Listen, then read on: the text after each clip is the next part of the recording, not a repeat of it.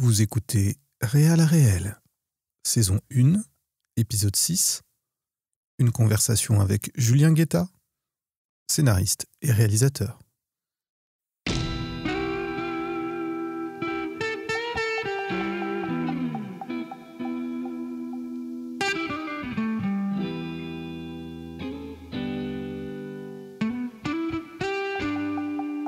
Réal, réel.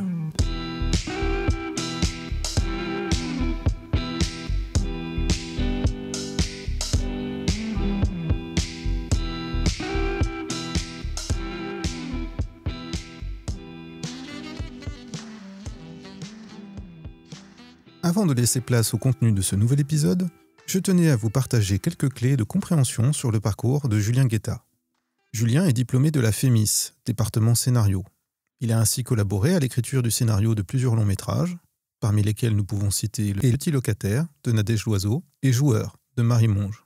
En tant que scénariste et réalisateur, Julien Guetta a signé 7 courts-métrages et 2 longs-métrages. Rouler jeunesse en 2018 avec Éric Judor, Les Cadors en 2022 avec Grégoire Ludig, Jean-Paul Rouve et Michel Blanc.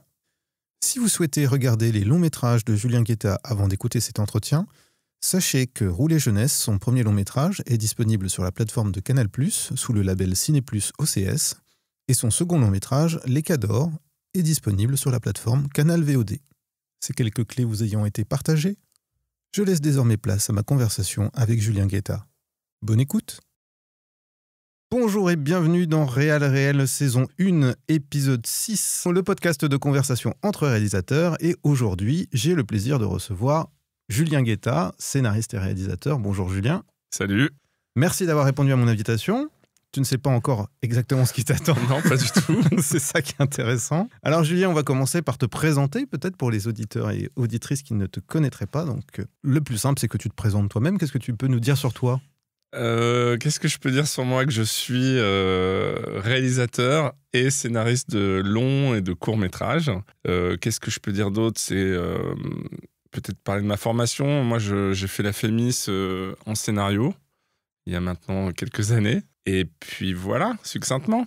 Ah, c'est bien. Et tu as donc aussi collaboré à l'écriture de plusieurs autres longs métrages que tu n'as pas réalisés. Ouais, on en reparlera exactement. peut-être aussi.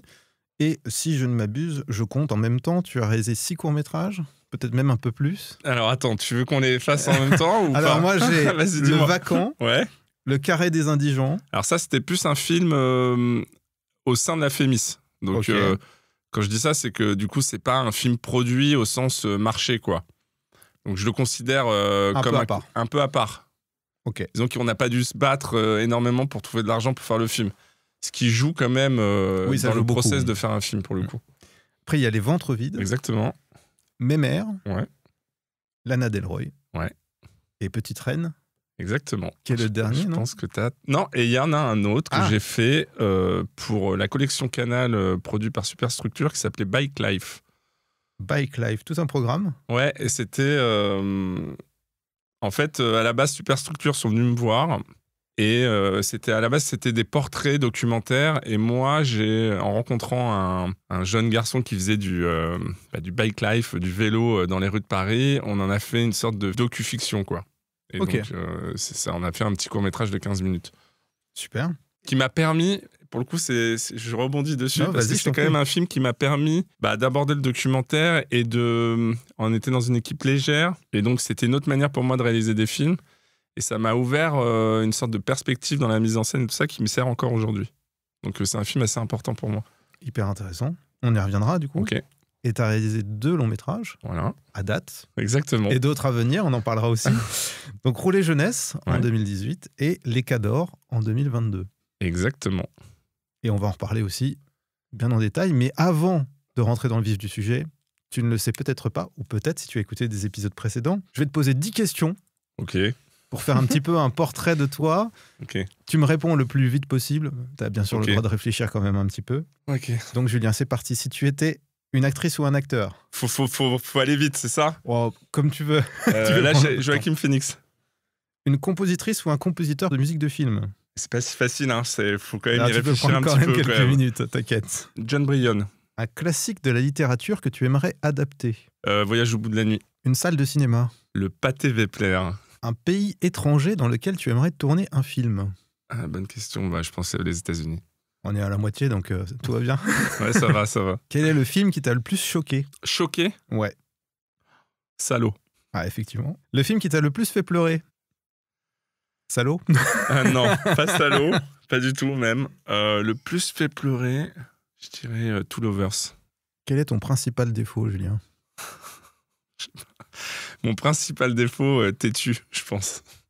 C'est un bon défaut quand on est réalisateur. Ça. Exactement. Ça, je sais pas si on a la chance de reparler de ça, mais effectivement, c'est un défaut et une qualité, à mon avis. Et ton état d'esprit actuel, c'est quoi? Écoute, très bon. J'ai le droit de développer ou j'ai pas le droit de développer? Oui, bien sûr, tu as le droit de développer. Non, je reviens de Cannes, pour le coup. Ok. Donc, alors, c'est toujours un exercice un peu compliqué quand on n'a pas de film. Mais écoute, c'était très agréable. J'ai vu beaucoup de films.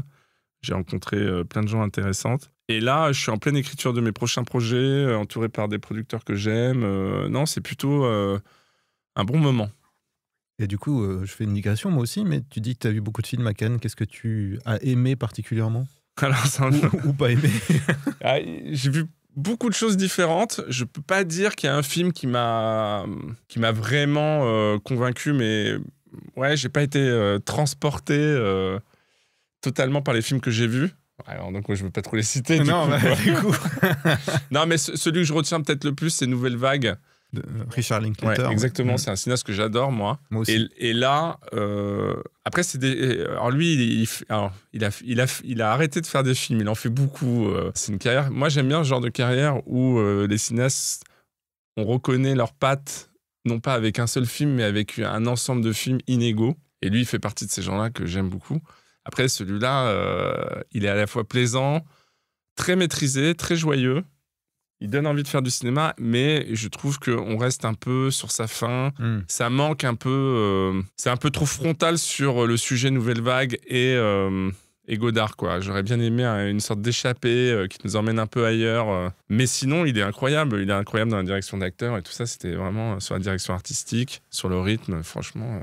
pris un super plaisir quand même. Et puis c'est un cinéaste passionnant, Linklater. Hein. Ouais, il est capable très de porté faire dans l'expérimentation. Enfin, je pense à Boyhood, Scanner Darkly, des choses comme ça. Ouais, il est hyper intéressant à suivre, quoi. Ah, surtout sur le papier, un film comme Nouvelle Vague, tu te dis impossible à faire. Quel intérêt aussi. Bon, après, j'attends de voir si ça va intéresser vraiment le public, quoi. Ah, ça, c'est une autre question. Ça, c'est encore une autre question. Mais en tout cas, c'est très ludique. Très joyeux, très drôle, très bien joué. Et il y a une sorte de nostalgie et en même temps qui n'est pas plombante sur un film historique, on va dire ça comme ça, qui donne envie de faire du cinéma. Donc c'est quand même pas rien. Ah, surtout à notre époque, hein. C'est important. Et puis la dernière question de ces 10 questions, ta devise favorite? Ma devise favorite? Ouais, si tu en as une. Alors j'en ai pas, moi j'ai pas de devise. Ou ton mantra, je sais pas. Je dirais ça revient avec têtu, mon principal défaut, n'abandonne jamais, je pense. Ah et beau mantra, beau mantra. Et encore une fois, très de circonstances dans ce métier. Hein. Ouais. Mais ça, je sais pas ce que tu vas me poser comme question, mais si... Oh, t'inquiète, je vais te la poser, cette question. On va pouvoir aborder tout ça, quoi. Justement, abordons tout ça. Ok. Commençons par quelques questions générales sur le métier de réalisateur et puis surtout ton expérience du métier de réalisateur. Et commençons par les origines. À quel moment tu t'es dit « j'ai envie de devenir réalisateur » Est-ce que ça a été une vocation pour toi ou quelque chose que tu as découvert un peu plus tard? Écoute, moi, j'ai l'impression depuis toujours, pas forcément réalisateur, mais faire quelque chose d'artistique, j'ai l'impression que c'est quelque chose qui me porte depuis toujours. Je viens d'un milieu très modeste. Mon papa était cordonnier et ma mère s'occupait des comptes de la cordonnerie, si tu veux. Donc, du coup, on n'était pas du tout de ce milieu-là. Et je m'explique toujours pas comment j'ai pu avoir cette envie, si ce n'est... parce que c'est une question qu'on me pose souvent, d'où vient cette envie? Je sais pas, je me rappelle mon père qui nous emmenait voir même pas, il nous ramenait des cassettes vidéo de western spaghetti, tu vois, des choses comme ça, il aimait bien ça. Et je pense qu'au fur et à mesure de montrer des films, ça m'a donné envie de faire ce métier. Et je dirais vraiment, moi, le moment où là, je me suis dit, il faut que je fasse ça, il faut que je réussisse à faire ça, je pense que c'est Pulp Fiction, donc j'avais 14 ans ou 13 ans. Oh ouais. Je vois. Et je me rappelle très bien, c'est un mercredi après-midi, je vais au vidéoclub. J'ai pas été le voir en salle parce qu'on n'allait pas au cinéma avec mes parents. Et je me rappelle très bien de ce moment où j'ai regardé ce film un mercredi après-midi. Et je fais, mais waouh, c'est quoi ce truc? C'est ça aussi le cinéma? Ça m'a ouvert sorte de perspective sur un choc artistique. Et depuis, je crois que vraiment, ça m'a toujours accompagné. Et j'ai voulu faire que ça. Avec la chance que mes parents me disent m'encouragent en permanence. Parce qu'ils auraient pu me dire, mais non, fais autre chose. Alors que pas du tout. J'ai toujours été soutenu. Et je pense que c'est ma grande chance parce que... C'est hyper précieux, c'est clair. Ouais, c'est très précieux, surtout dans des milieux où la chose artistique n'est pas très présente, quoi. Ah bah, je connais bien. Voilà. Je suis un peu comme toi. Mais ouais, ça m'accompagne depuis toujours, quoi. Super. Fan de Tarantino depuis ? Fan de Tarantino, ouais. Je suis pas un fan de tous ses films et tout, mais je dois reconnaître que quand même, c'est quelqu'un qui m'accompagne énormément. Maîtrise, ouais, quand même. Ouais. Et du coup, comment naît l'idée ou le désir d'un film pour toi ? Ça, c'est pareil. Je pense que ça dépend aussi de l'âge qu'on a, j'ai l'impression. Je pense que ma manière de créer aujourd'hui n'est pas la même qu'il y a 15 ans ou 20 ans. Et alors aujourd'hui, ça peut venir en lisant un livre, un fait divers au sens large. Hein. Oui, pas forcément en train d'éplucher le journal tous les jours. Ça peut venir... En fait, faut être alerte de tout ce qui se passe autour de soi, j'ai l'impression, quoi. Il y a quelque chose comme ça. Et souvent, en fait, il y a deux choses. C'est-à-dire, moi, j'ai tous les jours des envies de films et j'ai l'impression de toujours avoir des nouvelles idées. Mais une fois qu'on l'éprouve un peu, c'est-à-dire qu'on se met un peu à l'écrire ou la questionner, on s'aperçoit très vite qu'il n'y a pas forcément de film. Oui.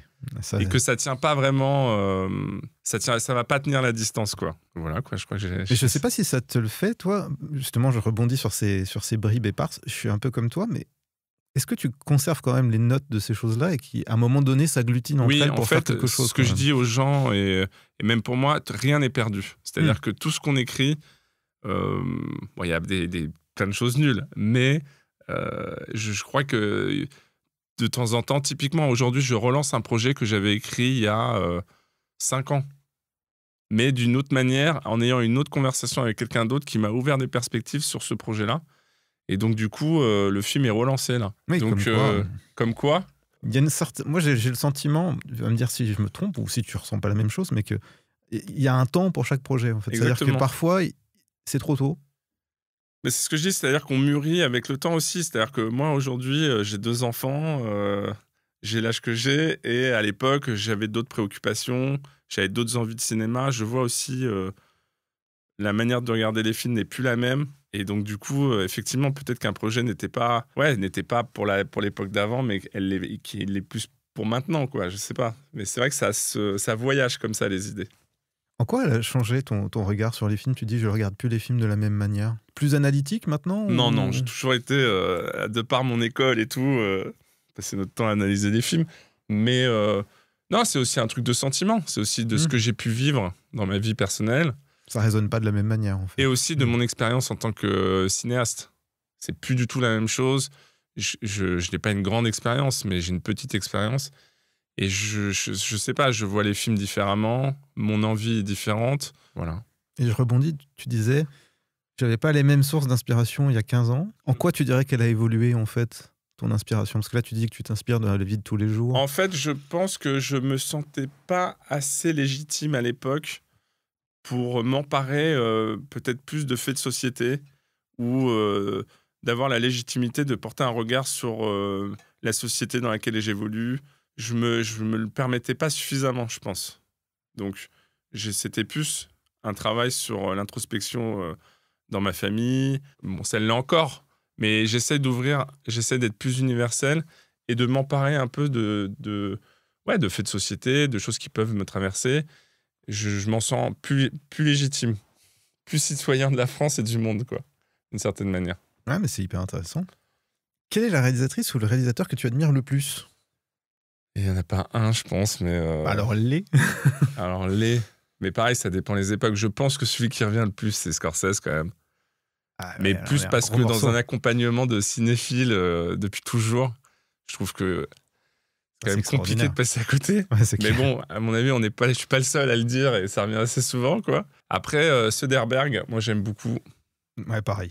Et on parlait de Linklater par rapport à ça. C'est-à-dire que, encore une fois, c'est un cinéaste qui est irrégulier, mais qui tente toujours des choses qui sont surprenantes. Alors souvent, les films sont un peu... C'est bizarre, même le dernier en salle. Bon, il est pas bien, le film, mais il y a quand même des grandes scènes. Tu sens qu'il s'amuse et qui tente, quoi. Et ça, j'aime beaucoup. Je me lasse jamais de voir ces films. Bah, moi, Chimino, ça m'a amené, pour le coup, c'est vrai que, tu vois, la période Fémis, j'étais très Chimino. Je le suis un peu moins, mais quand même. C'est quelqu'un qui m'a donné envie de faire du cinéma. Je me souviens d'une séance des Portes du Paradis que j'étais allé voir en version restaurée. Mais je pense qu'on était dans la même séance, au Max Linder, non? Ah, Ou c'était pas au au Grand Max. Rex? Non, Non, c'était un plus petit cinéma, je sais plus exactement lequel. Mais ouais, le choc. Ouais, c'est quand même impressionnant, quoi. Tu te dis, c'est le grand film maudit, en fait. Ouais. Mais waouh. Mais en fait, quand tu vois le film, c'est quand même costaud. Hein. Ouais, c'est clair. Faut pas être un manche pour sortir quelque chose comme ça, quand même. Non. Quelles sont tes sources d'inspiration? Donc, tu me parlais de la vie, mais est-ce que ça peut être aussi les autres formes d'art? Est-ce qu'elles t'inspirent? Ouais. Non, moi, je baigne dans toutes les formes d'art possibles. Alors, évidemment, il y a beaucoup la vie, les rencontres, mes expériences personnelles. Ça, c'est clair. Mais tous les jours, je lis le journal. J'adore la littérature.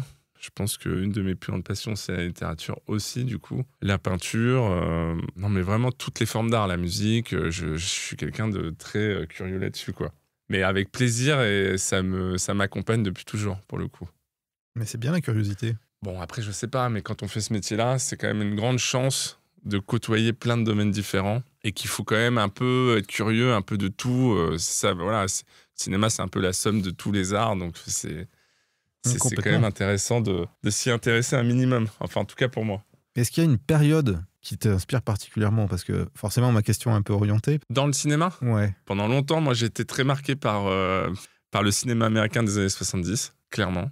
Ça, c'est quand même un cinéma qui m'a beaucoup accompagné dans mon écriture, dans mes envies de cinéma. Et encore aujourd'hui, je sens que je suis marqué par ce cinéma-là. Après, ouais, je dirais quand même ça. Ah, mais après, moi, je suis quelqu'un qui aime tous les cinémas. Et d'ailleurs, je pense, si on en parle, mais dans mon travail, bon, j'ai pas toujours trouvé l'équilibre, mais il y a toujours ce mélange des genres que j'essaye d'essayer de construire. Et donc, je pense que ça vient aussi de ça. C'est-à-dire que j'aime à la fois un film très obscur comme une grande comédie. Et c'est mon ambition, c'est de réunir tous les genres ensemble, quoi. Pas simple en France, hein. Moi, j'adore ça. C'est très compliqué. C'est très compliqué, mais parce que c'est... Déjà, à fabriquer, c'est très compliqué, parce que l'équilibre est très difficile à trouver. Ouais. Ne serait-ce que dans l'écriture, déjà. Ouais. Déjà, dans l'écriture, quand tu amènes trop de comédie et que ça bascule en drame, c'est compliqué, parce que où il y a trop de comédie, où il y a trop de drame, où les gens veulent voir beaucoup plus de comédie, même dans la fabrication du film, on va forcément te pousser là-dessus. Non, c'est pas facile de trouver l'équilibre de ça, quoi. Et justement, comment est-ce que tu définirais ton univers de cinéaste? Il reste encore à définir, je pense. Mais en vrai, je te dis ça en rigolant, mais je pense que je suis dans un process. Alors, c'est bizarre de dire ça, mais en vrai, c'est pas bizarre. C'est-à-dire que je n'ai fait que de films. Oui. C'est-à-dire que... Enfin, de longs métrages. C'est-à-dire qu'aujourd'hui, c'est vrai que pour nous, cinéastes, entre guillemets, il faut tout de suite être défini dans un genre, quelque chose... Mais en vrai, quand on regarde les cinéastes qu'on admire et tout ça, des fois, ils en avaient fait 50 avant de trouver le style qu'ils voulaient. Donc, c'est quand même très compliqué. Et je sens, moi, typiquement, que mon deuxième film m'a servi à ne pas reproduire les mêmes erreurs. Je sens que le dernier film que j'ai fait, qui était un court-métrage, m'a permis de préciser vers quoi je voulais aller. Et aujourd'hui, ça s'affine, mais je suis encore à chercher vers où je vais, quoi, clairement. Mais c'est normal, on cherche aussi en faisant. Je rebondis sur ce que tu dis, mais je trouve ça un petit peu dommage, moi, cette tendance de l'industrie, on va dire, à vouloir qu'on soit tout de suite très identifié avec un style très défini, alors qu'en fait, il faut quand même expérimenter les choses, avoir de l'expérience, faire des choses pour pouvoir se rendre compte. Exactement. Si on teste rien, on ne peut pas deviner comment... Non, après, ça reste une industrie, ça reste... Après, il y a aussi des réalisateurs et des réalisatrices qui trouvent tout de suite ce qu'ils veulent faire et qui vont décliner le même sujet d'une manière différente. Et c'est OK pour moi, il n'y a pas de problème. Tant mieux. Moi, je sais que j'appartiens à ces artistes, entre guillemets, qui se cherchent encore, en tout cas, et qui essayent de trouver quelque chose qu'il n'a pas encore... mais je commence à dessiner vers quoi je veux aller. Après, j'espère que l'industrie me laissera la possibilité de continuer à chercher, quoi. C'est là où on en revient toujours à Soderbergh et à Linklater. Eux, ils ont cette chance de pouvoir encore essayer, mais parce qu'ils sont identifiés, parce qu'ils ont eu aussi des gros succès qui leur ont permis de s'installer, et parce que c'est une industrie qui a besoin d'ancrer aussi... c'est un monde d'argent. Et, on reste quand même dans une frange de cinéma indépendant américain. Ouais, mais bon, tu vois, Soderbergh, il a fait Ocean Eleven. Oui, après, il a fait des gros bastonnons. Il est suffisamment malin pour savoir quand il doit s'arrêter de tester pour revenir vers quelque chose de plus commercial, même si les films restent quand même assez expérimentaux à pas mal d'endroits, je trouve. Après, si on refait... Enfin, trouver tout de suite son style et travailler autour de la même thématique, il y a un peu un risque d'essoufflement aussi. C'est bien l'expérimentation. Non, mais bien sûr. Mais en vrai, il n'y a pas de bonne méthode. C'est juste que c'est vrai que c'est une industrie dans laquelle tu ne peux pas faire trop d'erreurs parce qu'on ne te laissera pas trop de chance. Il ne faut pas oublier ça, effectivement. Donc ça, c'est clair qu'il faut vraiment être conscient de ça quand tu fais ce métier. Tu n'as pas le droit non plus à 1000 erreurs, quoi. Voilà. C'est aussi ça le truc, c'est que je ne vois pas ça forcément comme des erreurs. Encore une fois, c'est des essais qui sont potentiellement réussis ou ratés, quoi. Voilà, mais c'est un problème très français, je trouve. On a très peur de l'échec, alors que si tu n'échoues pas, tu n'apprends pas, donc tu n'évolues pas. Mais c'est compliqué dans une industrie. Je comprends aussi qu'elle ait besoin de rentabilité, de choses qui rassurent. Mais c'est très scorsésien ce que tu dis, pour rebondir sur Scorsese. Tu trouves ? Parce qu'il a déclaré, le jour où je n'ai plus rien à apprendre sur un plateau, j'arrêterai ce métier. Ah bah oui, non mais après... Parce qu'on apprend toujours. Oui, mais après... Ah oui, non mais ça s'en faut toujours essayer, de toute manière, quoi. Et se remettre en question, c'est un peu la règle de ce métier, de toute manière. Et justement, on parlait de style. Comment est-ce que, selon toi, se définit le style d'un cinéaste ? Là, je parle pas forcément de toi, mais si tu observes le corpus d'œuvres d'un autre cinéaste. Bon, après, c'est un ensemble de choses. Je pense que définir un style, ça passe par plein d'endroits qui sont dans la manière de filmer. Bon, alors, d'une manière générale, les acteurs, les décors, le choix artistique pour chaque film. Ça passe aussi par les thèmes abordés. C'est compliqué de définir un style. Oui, c'est l'ensemble de tout. Je sais pas comment dire un style. Pourquoi Scorsese a son style ? En fait, ce que j'adore chez Scorsese, c'est qu'il réussit à aborder des grands thèmes profonds tout en étant très populaire dans un style flamboyant. Et souvent, il y a plein de cinéastes, c'est ou le style flamboyant mais qui pêche sur les personnages, sur l'ampleur de l'histoire, etc. Lui, il réussit, pas toujours, mais la plupart du temps. Il a tout. Ouais. Et ça nous emmène quelque part où moi, je suis très admiratif. Après, il y en a d'autres, c'est sur des petites choses et ça définit aussi un style. Je pense à Alain Cavalier. Bon, alors, il a eu une grande carrière avant de définir un autre style avec sa petite caméra, mais tu vois, d'un seul coup... Ouais, en fait, le style, je pense, c'est d'affirmer un point de vue sur le monde, clairement. Voilà, on va dire ça comme ça, en tout cas pour moi. Et ça passe par plein de manières différentes. Et c'est difficile de dire c'est comme ça et pas autrement, quoi. Mais il faut juste qu'on sente un truc un peu personnel dans ce qu'on filme, dans ce qu'on a envie de raconter, quoi. Du coup, comment est-ce que tu définirais ton style ? Mais moi, je le cherche encore. C'est ça qui en recherche. En recherche. Non, je pense... Ce que j'ai cherché pendant un moment, et ce que je cherche encore, c'est un peu ce que je disais sur Scorsese. Moi, je viens du cinéma populaire, clairement. Enfin, en tout cas, j'ai baigné, mon environnement était là-dedans. Donc, je pense que j'ai toujours eu envie de faire des films pour le monde. En fait, ça m'importe, moi, c'est important pour moi que les gens aillent voir mes films en salle. Il y a quelque chose comme ça. J'ai envie que ça plaise aux autres. Et en même temps, je viens d'un cinéma aussi très auteur à travers mon parcours de la Fémis, etc., qui est plus dans l'introspection. Et donc, ça fait une sorte de mélange des deux, qui ressemble un peu, je pense, aux films que j'ai essayé de faire pour l'instant, qui sont à la fois populaires, mais j'essaye de travailler un peu l'image, d'aller chercher des acteurs que j'aime, de tenter des choses formellement. Après, c'est pas toujours réussi, mais en tout cas, il y a une sorte de recherche de pas faire une franche comédie. J'ai rien contre les grandes comédies, mais souvent, il y a pas mal de comédies qui sont formellement pas très intéressantes, où j'arrive même pas à trouver un plan, quoi. Tu vois. Là, au moins, j'essaye de chercher quelque chose de formel. Pas toujours évident, hein, mais voilà. Mais en tout cas, il est en train de se dessiner, j'espère. Et c'est peut-être aussi ton style, justement, ce mélange des genres dont on parlait. Ouais, non, mais c'est sûr que ça... Et là, je le vois là, dans mon 3e film... que je suis en train d'écrire, ça y est, c'est encore un peu, ça tend vers quelque chose à la fois drôle, touchant, et oui, il va y avoir un peu ce mélange-là, et on revient aussi à ce qu'on disait tout à l'heure. Moi, j'ai été baigné par les années 70 et ce cinéma américain où il y avait ça aussi, il y avait quelque chose de très social, et en même temps, de populaire, il y avait... Tout en ayant une vraie forme, et voilà, vraie recherche de forme. Moi, j'adore cette période-là, et franchement, c'est ça qui marque aussi. C'est qu'à la fois, c'était proche du public. Enfin, il y avait vraiment des spectacles, au sens premier du terme, mais il y avait aussi des thématiques très profondes, très politiques parfois, mais sans nier cette dimension de divertissement aussi. Et voilà, exactement. Et justement, on parle beaucoup de références. C'est quoi ton rapport aux références ? Est-ce qu'elles ont construit ou construisent encore ton identité de cinéaste ? Je crois pas. Encore une fois, effectivement, on a parlé beaucoup de références, donc je pense que je suis baigné par ça. Elles m'accompagnent, Mais maintenant, je questionne plus ce que j'ai fait moi et vers quoi je veux aller, quoi. Il y a quelque chose comme ça. Je questionne si ça me parle profondément, si je suis plus à réfléchir à mon travail à moi sans les autres. Je sais pas si c'est clair ce que je dis, mais... Si, je comprends. C'est-à-dire que tu es plus analytique envers ton propre cinéma qu'aller chercher chez les autres. Ouais, mais sans être vraiment analytique, mais je cherche pas forcément... je suis marqué de référence, mais c'est pas quelque chose... Je me dis pas, tiens, je vais faire vraiment ça pour montrer que j'ai vu tel film, quoi. Ça m'intéresse pas trop, ça. Oui, t'es pas dans le méta référentiel. Pas du tout. T'es plus comme Almodovar qui dit il faut voler aux autres cinéastes, mais tant que ça se voit pas, quoi. Exactement. Ne pas se faire prendre. Pour l'instant. Mais en fait, je te dis ça là, mais peut-être que d'ici 2 ans... Tu vas nous faire un film très référentiel. Peut-être, en vrai. Et pourquoi pas? Mais tout dépend. Mais ce que je sais de plus en plus, c'est que... Mais c'est des banalités, mais en vrai, il faut que ça me parle. Si le film me parle, et s'il il est ultra référencé, c'est OK, quoi.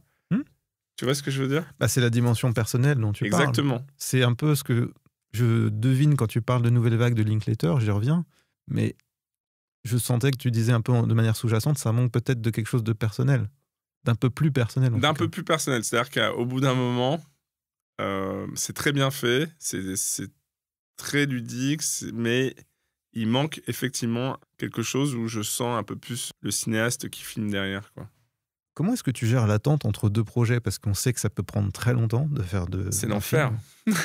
On a quand même une certaine frustration à ne pas pouvoir exercer notre métier tout le temps. Alors en fait, je gère ça...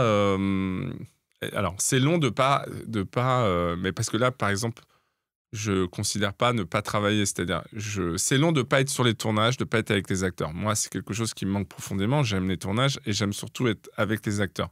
Maintenant, il faut un scénario et pour ça, il faut écrire. Et donc, moi, tous les jours, je vais à mon bureau travailler l'écriture de mes films. Je gère ça comment? C'est-à-dire que j'ai pas un seul projet, mais j'ai plusieurs projets. J'ai la chance aussi d'être scénariste, donc du coup, je peux travailler pour les autres, ce qui me fait aussi beaucoup de bien, parce que ça me nourrit d'un univers qui n'est pas le mien et une méthode de travail qui n'est pas forcément la mienne. Donc, tout ça fait que le temps passe, mais c'est dur. C'est dur parce que c'est long, quoi. Et après, autour de moi, en tout cas, les cinéastes que je fréquente, c'est difficile de faire un film rapidement. Il y en a peu, en tout cas, qui ont ce truc... de régularité. De régularité tous les ans, et on en connaît quelques-uns, François Ozon et tout ça. Je serais curieux de voir comment il fonctionne, quoi. Après, c'est quelqu'un qui est bien accompagné, qui a déjà fait ses preuves et tout. C'est normal, c'est OK, mais autour de moi, c'est long, quoi. C'est presque une anomalie du système, François Exactement, Ozon, totalement. quelque part. Totalement. On ne peut pas en ériger une règle, en tout cas. Ouais. Mais et en même temps, je me plains tous les jours de ne pas tourner et que c'est long. Mais je me sens pas frustré. Au contraire, les projets que je suis en train de développer, c'est des projets que j'aime, bien accompagnés. En fait, je suis pas dans un truc... En tout cas, moi, j'ai la chance d'être pas en recherche de producteurs ou de projets ou être dans l'attente de quelque chose. Je suis dans le faire et dans l'écriture. J'adore écrire, donc du coup, tous les jours, je vais travailler. Tu vois, il n'y a pas une frustration de pas faire son travail comme pourrait avoir un acteur, par exemple, typiquement. Oui, qui est soumis au désir des autres, en fait. Total. Après, on est quand même un peu soumis au désirata des autres aussi en tant que cinéaste. Exactement, mais pour l'instant, en tout cas, là où j'en suis... Pas maintenant, en tout cas. Pas maintenant. Ouais. Je me sens plutôt bien accompagné, désiré au sens les projets intéressent et tout ça. Le seul truc, en tout cas pour moi là, c'est long, quoi. C'est l'écriture, c'est long. Ouais, c'est long. On a beau dire, à chaque fois que je rencontre quelqu'un avec qui on va bosser et tout ça, et moi le premier, on est tous en train de se dire, ah bon, j'espère que ça va aller vite parce que là, on a... Et en vrai... C'est toujours long. C'est toujours long.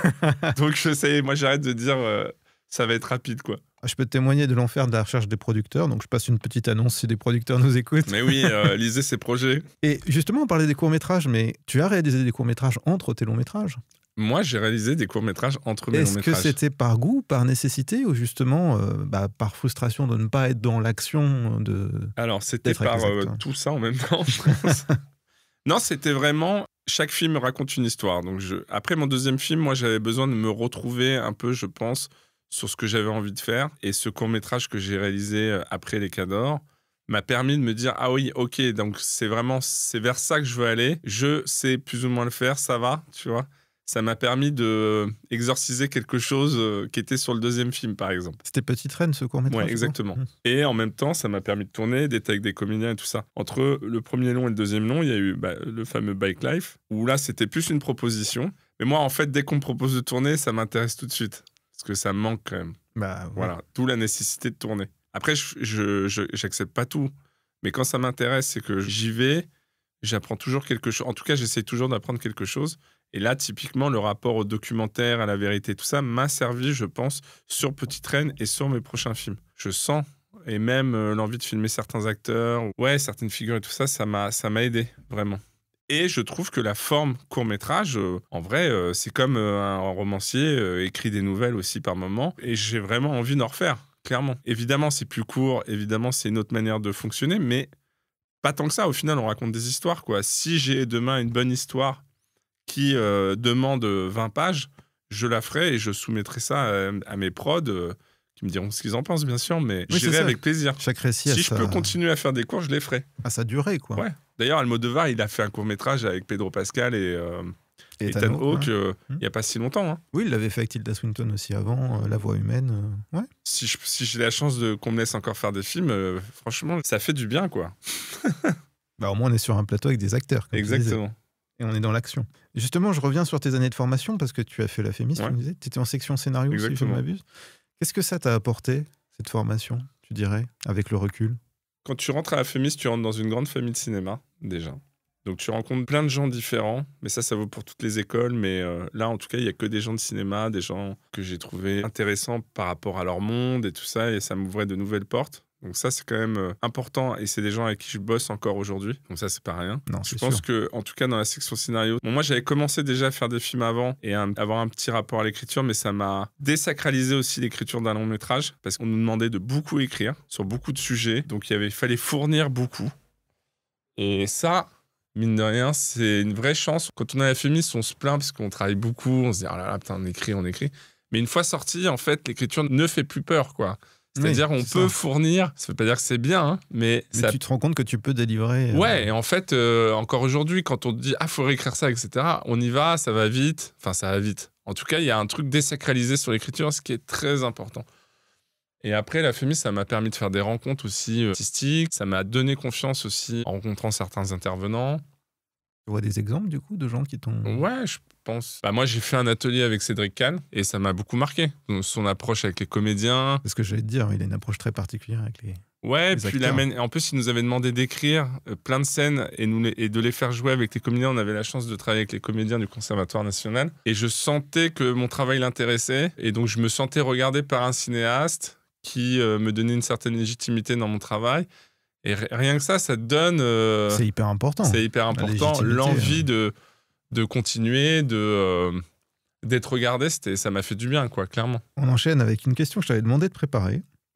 Vas-y, dis-moi. Est-ce que tu peux nous décrire un moment de mise en scène qui t'a marqué dans un film et que tu aimerais recommander, que ce soit une performance d'acteur, un plan, une séquence? Alors... Et en fait, c'est quand même difficile... Surtout d'en choisir qu'un. D'en choisir qu'un. Bon, alors, il y a plein de choses qui me sont venues. Bon, on a parlé de Voyage au bout de l'enfer. Et ça, par exemple... En vrai, je suis pas parti sur des séquences, des grands mouvements de caméra et tout ça. Bon, déjà, ce film, d'une manière générale, formellement, de ce que ça raconte, tout ça, moi, ça a été un choc qui m'accompagne encore aujourd'hui. Même un peu moins, mais quand même, tu vois, la période de la FEMIS, c'était vraiment le film que je disais à tout le monde de voir. C'était quelque chose, donc ça, je dirais ça dans son ensemble. Et il y a une scène, moi, qui m'accompagne beaucoup, c'est le moment où ils sont... c'est juste un moment de vie comme ça, où ils vont au bar le soir. Bon, il y a tout le monde, il y a De Niro, Christopher Walken et les autres, et ils se mettent à jouer du piano. Je sais pas si tu te rappelles de cette scène. Si. Et en fait, c'est rien, mais juste ce moment d'amitié, juste avant d'aller à la guerre, là, comme ça, c'est vraiment un moment qui m'accompagne souvent. Et tu vois, il y a un truc, c'est beau, touchant, ça raconte quelque chose. Voilà, ça, c'est un moment qui m'a profondément marqué, quoi. Bah, il y a une vérité de l'instant aussi, je trouve. Ouais, Il y a un vrai truc qui se passe. Sur peu de choses, suspendu tu vois, un peu. comme quoi. Ouais. Juste une scène d'amis autour d'un café et un piano, tu peux faire une très très grande scène, quoi. Je trouve que c'est un super exemple parce que, comme tu le disais, on n'a pas besoin de grands mouvements de caméra flamboyants pour qu'il y ait de la mise en scène. Total. Et la bien de le mise en rappeler. scène aussi vient. Et moi, je réfléchissais aussi dans ta question. Bon, je voyais De Niro à Cannes et quand même. Parce que la mise en scène, c'est aussi les acteurs pour moi. Hein. C'est aussi la manière dont ils jouent et tout ça. Ça fait aussi partie. Moi, un chant contre chant, ça peut être un grand moment de mise en scène. Moi, je trouve toujours, quand on dit ouais, mais un chant contre chant, c'est rien, mais c'est pas vrai. Ça dépend quel chant contre chant, ça dépend qui est devant la caméra. Et aussi, ça dépend de la composition de l'acteur ou de l'actrice. Et je réfléchissais, je voyais De Niro à Cannes, là, dans Jackie Brown. Ah ouais, il est incroyable. Mais il est incroyable. Stratosphérique. C'est-à-dire, cette composition, le gars, on l'a vu dans 1000 films, il arrive à t'effacer ce qu'il est pour composer quelque chose d'autre qui est quand même une sorte de mollusque sur pattes. C'est quand même De Niro. Ça, pour moi, c'est un grand moment de mise en scène, tu vois. C'est fou. C'est accompagné par Tarantino, tout ça, c'est sublimé par tout ça, mais lui, ce qu'il a réussi à faire dans ce film, pour moi, c'est incroyable. Ah mais je suis d'accord. Et ça tient en grande partie au fait que... Enfin, je veux dire, ça génère le fait que quand tu tombes sur Jackie Brown, un peu par hasard, t'es happé et tu regardes le film entièrement. Après, je serais curieux de voir comment il est reçu, ce film, maintenant et tout. Bon, moi, c'est un film que j'adore. Mais oui, bah, de toute façon... la composition de De Niro dans ce film, elle est folle, quoi. En fait, c'est un tout en retrait. Il faut avoir beaucoup de confiance pour créer un personnage pareil. C'est clair. C'est pas gagné, quoi. De se dire, attends, je vais imprégner le film de ma non-présence, tu vois. C'est très bizarre. Il faut être très fort en plus pour le faire. Bon, après, on parle de De Niro, hein, ça va. Oui, mais bon. Tu vois, Jackie Brown, c'est un film, la première fois que je l'ai vu, j'étais un peu passé à côté. Et ma compagne, qui est réalisatrice et scénariste aussi, l'adore. Elle m'a dit, mais il faut que tu le revoies. Et c'est vrai que quand je l'ai revu, je me suis dit, mais quel film, quoi. Ah, mais c'est incroyable. C'est incroyable. Et depuis, à chaque fois qu'on tombe dessus par hasard, s'il est rediffusé à la télé ou quoi, on reste devant, rivé dessus. Mais quoi. ça, c'est ce cas de Tarantino, encore une fois Scorsese et tout. En fait, il y a un plaisir de revoir quelque chose, quoi. Parce qu'il y a un truc très ludique dans leurs films. Ça passe par ce que ça raconte, mais c'est aussi la manière dont c'est... Ouais, il y a quelque chose qui t'emmène, quoi. Je sais pas comment expliquer. Et les acteurs. Enfin... Mais ça reste ludique. Je veux dire, il y a quelque chose comme ça où tu te dis, ah oui, tiens, là, je vais avoir ma scène cool. Il va y avoir quelque chose de... Il y a des films que t'aimes, mais que t'as pas forcément envie de revoir. Eux, ils ont cette grande force que... Qui s'épuisent pas, au contraire, ils s'enrichissent. Pas tous, mais quand même la majorité, on va dire qu'on a quand même... Dès qu'on tombe dessus, on reste, quoi. Ouais, c'est vrai. Bah, ça tient un peu au jeu des références, au côté méta. Ouais, et puis surtout, comme tu dis, les acteurs, les personnages aussi. Il y a un vrai truc. L'incarnation de ce qu'ils racontent et à travers qui. Après, Scorsese comme Tarantino, ils s'entourent quand même de grands acteurs qui réussissent à tout de suite imprégner quelque chose. Mais parce qu'ils sont aussi... les grands acteurs viennent aussi parce que les personnages qu'on leur propose sont puissants. Tu vois ? Puissants et différents, ouais. Voilà, exactement. Sûr. On en a un petit peu parlé, on l'a évoqué, mais est-ce que, pour toi, un film se doit obligatoirement d'être personnel pour être réussi ? Je pense. Franchement, là, j'hésite même pas. Ouais. En vrai, il y a toujours... je vois pas un film où le metteur en scène ou la réalisatrice n'a pas mis quelque chose de fort dedans pour... ça ne peut pas marcher, je pense. Je suis d'accord avec toi. Et pour toi, est-ce qu'il faut absolument avoir pris part à l'écriture pour que ça soit personnel ou pas ? Non. Mais bon. Non, parce qu'il y a, encore une fois, on a plein d'exemples, surtout des États-Unis. Forcément. Mais il y a plein de réalisateurs ou de réalisatrices qui s'emparent d'un projet. Encore une fois, c'est toujours pareil. Il faut que ça nous touche, il faut que le thème, il y a quelque chose qui nous rattrape dedans.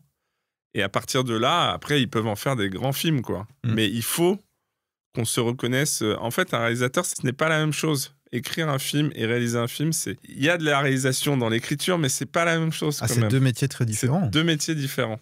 On peut être, encore une fois, un très bon scénariste et pas un très bon réalisateur, et vice-versa, quoi. Et c'est pas grave, d'ailleurs. Et je vais même te dire, aujourd'hui, moi, sur certains projets que je développe, je sens que je ne suis pas la bonne personne pour l'écrire, mais pour la réaliser. Tu vois ce que je veux dire ? Ouais. Je me dis pas, tiens, je vais écrire tous les films que je suis en train de développer. Non, celui-là, je sens que ça va mettre plus de temps si c'est moi qui m'y colle, parce qu'il y a des trucs que je maîtrise moins. Mais par contre, je saurais le réaliser. Tu vois ce que je veux dire ? Ouais, complètement. Justement, en reparlant de réalisation, tu as dit que tu étais très têtu. Ouais. Et j'ai dit qu'on y reviendrait. Alors pour toi, quelle est la plus grande qualité que peut posséder un réalisateur ? Est-ce que c'est justement l'obstination ? Moi, je pense qu'il en faut beaucoup. Il faut effectivement la curiosité. Ça, c'est sûr. S'intéresser aux gens qui nous entourent. Mais pas que, hein. De toute façon, il y en a des fois qui sont très hermétiques et puis ils finissent par... En fait, il faut savoir mettre de soi dans un film. Ça, je pense que c'est... Et après, ça vient après, mais oui, l'obstination, être têtu, c'est très important dans ce métier parce qu'on le disait tout à l'heure, c'est long. On a beaucoup de refus, quand même, à toutes les étapes d'une fabrication de film. Et on se prend aussi... On est très exposé, donc faut quand même réussir à se relever en permanence Et on est remis en question à chaque film. Donc, du coup, il y a quelque chose comme ça où il faut quand même... Ouais, il faut être têtu, il faut jamais baisser les bras. On en parle beaucoup du temps, tu vois, c'est marrant, depuis tout à l'heure. Ouais, c'est vrai. Mais, parce que, par exemple, une écriture, c'est pas une version et c'est bon, on tourne. C'est plusieurs versions. Et donc, qui dit plusieurs versions, dit à chaque version de scénario, un retour des producteurs, un retour des distributeurs. Et qui dit un retour, dit une réécriture du projet. Donc, ça veut dire se relancer dans l'écriture, dans l'envie de quelque chose. Et ça, il faut quand même être obstiné parce que sinon, on n'y arrivera pas, quoi. J'ai vu des amis proches et tout ça ne pas réussir parce que trop sensibles sur les retours. Et au bout d'un moment, ils abandonnent, tu vois. Mais je comprends, c'est tellement, on est quand même sensible. C'est dur de relancer la machine à chaque fois qu'on a des retours, trouver la solution et ne pas se démoraliser dans la fabrication de quelque chose comme ça. Et surtout, c'est ce que j'allais dire, ne pas se perdre Pas dans se perdre. ses retours et dans l'envie initiale du film. Mais ça, généralement, si tu es bien accompagné par les scénaristes, les producteurs et par ton expérience, bon, ça arrive de se perdre. Évidemment, des fois, tu sais pas, etc. Mais je pense, en tout cas, moi, plus j'avance, plus je me fais confiance, tu vois, dans mes pertes de confiance. Tu vois ce que je veux dire ? Je comprends complètement. Disons que tu te je suis dis moins que en c'est panique. transitoire. Exactement, je maîtrise plus, j'ai l'impression. Trust the process, quoi. Ouais, exactement. Et voilà, ça, on l'a évoqué aussi, mais justement, on va en parler un peu plus. À quel point tu penses au public lorsque tu crées un film ? Parce que tu me disais, je fais avant tout un film pour qu'il soit partagé et vu par un public dans les salles.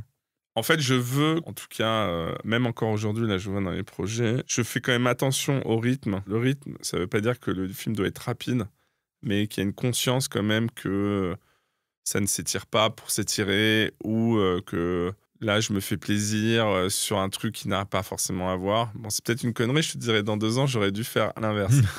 Mais en tout cas, moi, là, quand j'écris, je pense à ça. Je fais attention, je sais pas comment dire, c'est que le sujet puisse quand même parler à pas 10 personnes au fin fond de je ne sais où, tu vois.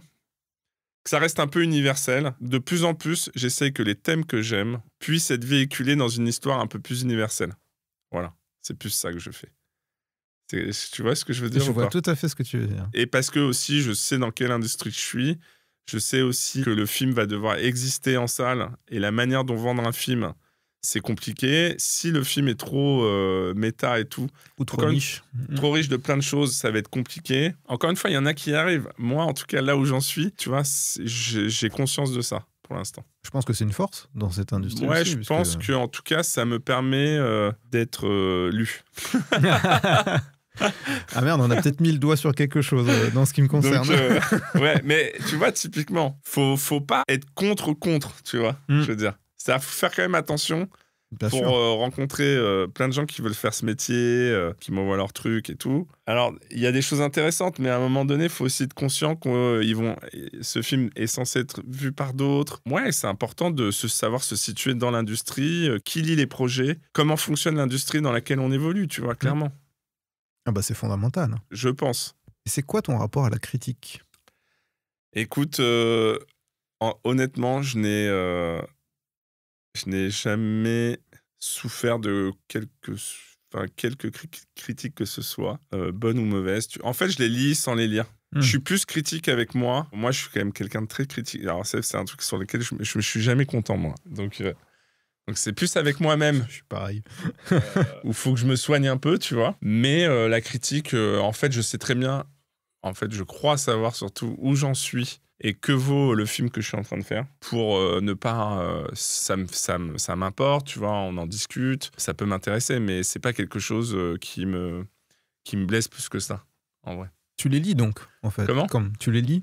Mais je vais pas les chercher, tu vois. S'il y en a une qui tombe, j'y vais. C'est ça, tu vas pas mais forcément je vais pas voir, forcément... je vais pas acheter, tu vois...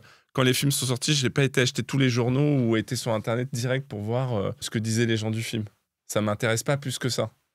Ça revient, ça son. On vit dans une époque où tout on peut te pas trop y ramène. échapper.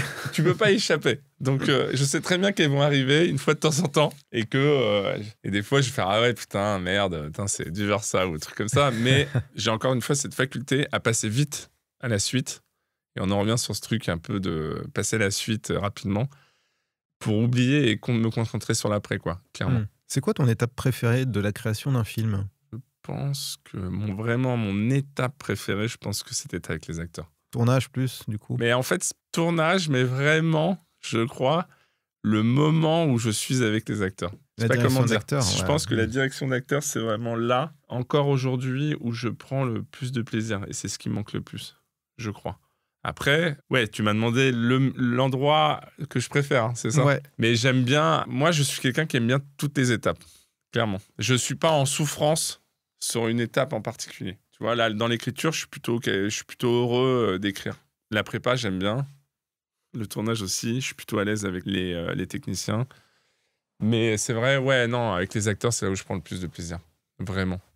D'ailleurs, ça me manque profondément. Là. Bientôt, j'espère, pour toi. Ouais, bah oui. L'année prochaine, j'espère. Selon toi, c'est quoi le plus grand défi auquel vont devoir faire face les réalisateurs dans l'avenir? Parce que tout le monde te répond l'intelligence artificielle, non? C'est pas ça? Pas tout le monde, mais beaucoup, ouais.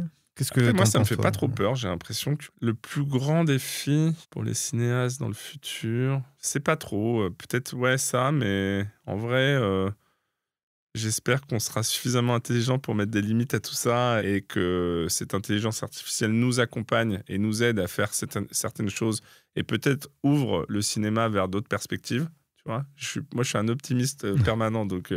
c'est bien. Je veux toujours y croire. Il en faut. Après, c'est vrai que ça fait un peu flipper en ce moment, tu vois. Il y a quelque chose comme ça un peu depuis 2 ans, là, où tout s'enchaîne, tout est possible. Tu te dis, mais où ça va s'arrêter? Mais bon, ça me fait pas trop peur. Après, non, c'est difficile. Je crois que, en vrai, les cinéastes, on a toujours su s'adapter. En tout cas, les artistes, d'une manière générale, de tout temps. Et je pense qu'on trouvera toujours des solutions pour raconter des histoires. Moi, je fais suffisamment confiance à ma branche pour savoir trouver des solutions. Et voyant le talent de plein de gens autour de moi et leur volonté pour faire des films et tout, ça me fait pas trop peur. En vrai, on va trouver des trucs... Bon, on verra bien, tu vois, d'ici 2 ans, ça se trouve, on sera touché au chômage et on sera tous en dépression. Mais je crois pas, en vrai. En vrai, je crois pas. Alors, on en arrive à une question un peu particulière. C'est la question du démon. Est-ce que tu es prêt, Julien? Bien sûr. La question est la suivante. Julien, en tant que réalisateur, quelle est ta pire peur?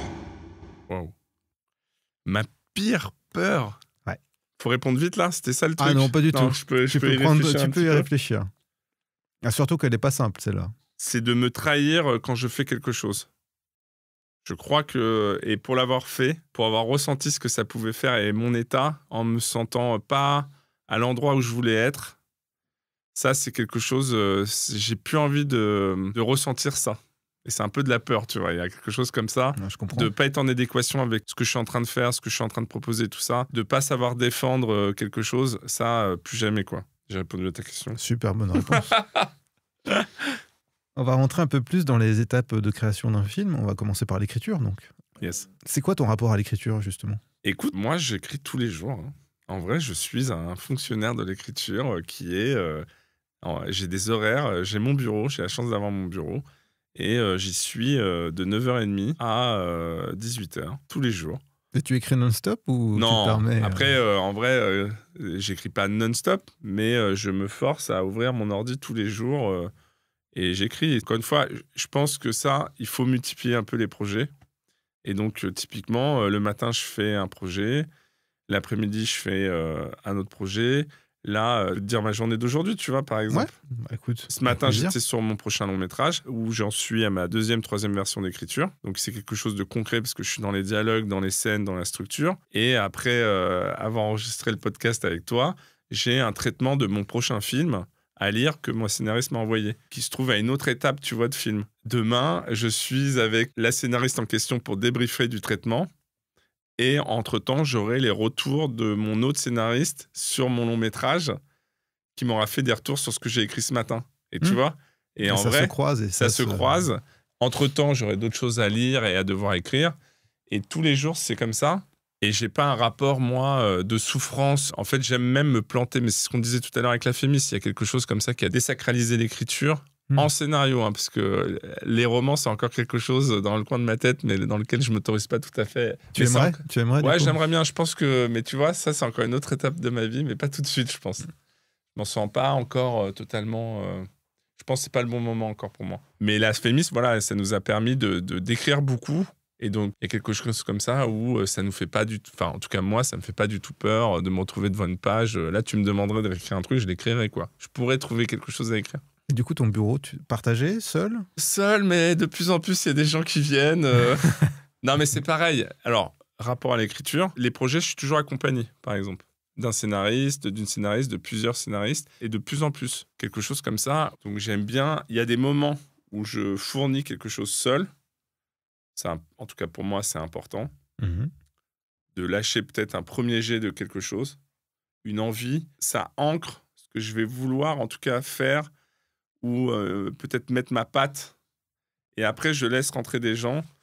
Mais en tout cas, c'est moi qui aurais posé les bases qui vont bouger, tu vois. Parce que c'est ça aussi, écrire un scénario, on n'est jamais vraiment seul. Hein. Bon, j'en connais autour de moi qui écrivent vraiment tout seul, mais il y a souvent des consultants, des gens, des producteurs qui sont là pour nous accompagner. J'essaye un peu de voir du monde parce que sinon, tu deviens fou, quoi. Ouais, c'est sûr. C'est sûr. La coécriture, c'est quelque chose qui t'intéresse? Moi, j'adore. Depuis le départ, en fait, ou tu as commencé par écrire seul et tu es venu après à la coécriture? Alors moi, j'ai commencé par écrire seul, mais c'était plus des courts-métrages. Ok. J'ai vraiment appris en laborieux, quoi. C'est-à-dire, j'avais pas vraiment eu de formation. Ça, je parle de ça avant la Fémis, où j'écrivais des versions, je savais pas trop. Et donc, j'ai fait plein de versions. Et ça, mais ça m'a permis d'écrire mes films, d'apprendre l'écriture de scénarios, en ayant des retours d'amis, parce que je connaissais pas grand monde, donc je le faisais lire sans le faire lire, j'osais pas trop. Et puis au fur et à mesure, j'ai appris à faire lire aussi, parce qu'il y a quelque chose comme ça aussi, moi ça je le conseille beaucoup, c'est de faire lire ses projets, et encore une fois de désacraliser, c'est-à-dire que faire lire, ça permet d'avoir tout de suite un retour, un ressenti, quelque chose, et de sentir un peu ce qu'on a fait. Et après ça, j'ai fait vite venir des gens avec moi, pour le coup. Et maintenant, j'écris, je te dis, tous les projets que je développe, il y a toujours des gens qui m'accompagnent. Et je laisse de plus en plus de la place pour eux. C'est-à-dire que j'ai envie de faire confiance à leur univers pour qu'ils m'amènent des choses aussi, tu vois. En fait, j'en suis aussi où je me fais suffisamment confiance pour pas totalement me perdre et de me baigner de l'univers des autres. Et ça vaut pour l'écriture. Mais encore une fois, je parle que pour moi. Hein. Chacun fait comme il veut. Bien sûr. Et par exemple, pour la direction d'acteurs et tout ça, il y a un truc. Maintenant, je laisse beaucoup plus libre les acteurs, les actrices de proposer des choses. C'est une sorte de direction, mais d'être moins fermé et d'être beaucoup plus ouvert à l'accident, à la proposition et tout ça. Et ça rejoint l'écriture. Et je pense même, dans mon prochain film... Alors moi, j'aime bien préparer parce que ça me rassure, je pense. Mais de laisser les accidents arriver et les provoquer un peu plus. On va revenir sur la direction d'acteur et tout ça. Bien sûr. Mais 2 questions encore autour de l'écriture. Déjà sur les thématiques, j'ai l'impression qu'il y a 2 grandes thématiques qui traversent un peu ton œuvre. C'est la famille et l'enfance. Exactement. Qu'est-ce qui t'intéresse dans ces thématiques, justement ? On a commencé limite par ça, c'est-à-dire que je pense que c'est quelque chose que je maîtrise parce que la famille, on en a tous une. Et donc, moi, c'est vrai que je me suis longtemps pas autorisé à m'emparer de sujets plus universels, au sens, même si ça l'est, tu vois, il n'y a pas plus universel que la famille. Mais je sais pas, au début, je comprenais pas comment on pouvait arriver à faire un premier film sur, je sais pas, la Shoah, par exemple, tu vois. Ça me dépassait, moi. Je me disais, mais jamais je me sentirais légitime de faire ça maintenant, tu vois. Encore une fois, chacun fait ce qu'il veut. Hein. Ah ouais, bien sûr, mais déjà l'ampleur du sujet, tu te dis... Voilà, tu te dis, bon... bref, et après, parce que c'est ce qui me traverse, c'est les rapports que je peux avoir avec mon père, ma mère, mes enfants. Et maintenant, ça bouge, c'est-à-dire que maintenant, vu que je suis père, ça traverse. Maintenant, mes personnages sont peut-être plus du côté des pères, alors qu'avant, c'était plus du côté des enfants. Je sais pas comment l'expliquer, mais c'est quelque chose qui me parle tous les jours, quoi, pour l'instant. On n'a pas forcément besoin de plus l'expliquer. Non, mais bien. tu sais, c'est un truc auquel je pense souvent, c'est-à-dire... j'en suis quand même conscient que c'est quelque chose qui me travaille beaucoup, la relation avec mes parents, la relation vers quoi je veux aller là-dedans et tout ça. Tu te dis, mais pourquoi j'ai pas envie de faire un truc sur je sais pas quoi, tu vois? Eh ben non, moi, en fait, c'est ça, je sais pas comment l'expliquer. Je trouve que tu as un goût particulier pour les dialogues. Ouais. Ils sont toujours très bien écrits, très travaillés dans tes films.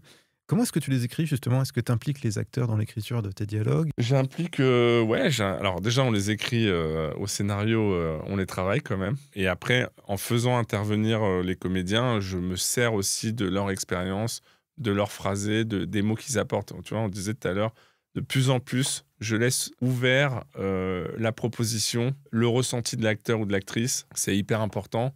Mais par contre, j'ai ce truc où je sais la manière de construire une scène. Je sais cadrer. Tu balises, en fait. Ouais, je balise. Et dans ce cadre, vas-y, on va faire un peu de plus en plus n'importe quoi et on va trouver des trucs. Voilà. Et après, là, je le vois, tu vois. Encore une fois, dans ce film que je suis en train d'écrire, c'est de plus en plus écrit. Mais je veux pas que ça soit trop écrit, tu vois. C'est-à-dire que, encore une fois, le prochain film, on essaiera un peu de dynamiter tout ça avec les acteurs et les actrices. Et tu disais, on travaille les dialogues à l'écriture. Tu travailles concrètement ça comment? Tu les lis à haute voix? Tu les en testes? fait, là, je te parle vraiment de ce qui est présent en ce moment. Typiquement, la première version, je pense que je l'ai plus axée sur la structure. Donc, les dialogues étaient là pour un peu baliser tout ça, mais il n'y avait pas un truc assez charnel et ressenti, clairement. Et là, maintenant que la structure est plus ou moins là, tu vas plus en profondeur dans le dialogue. J'ai investi plus les personnages, leur manière de parler, trouver plus de vérité dans les scènes et dans l'écriture. Et voilà, quoi. Bah, c'est une excellente réponse.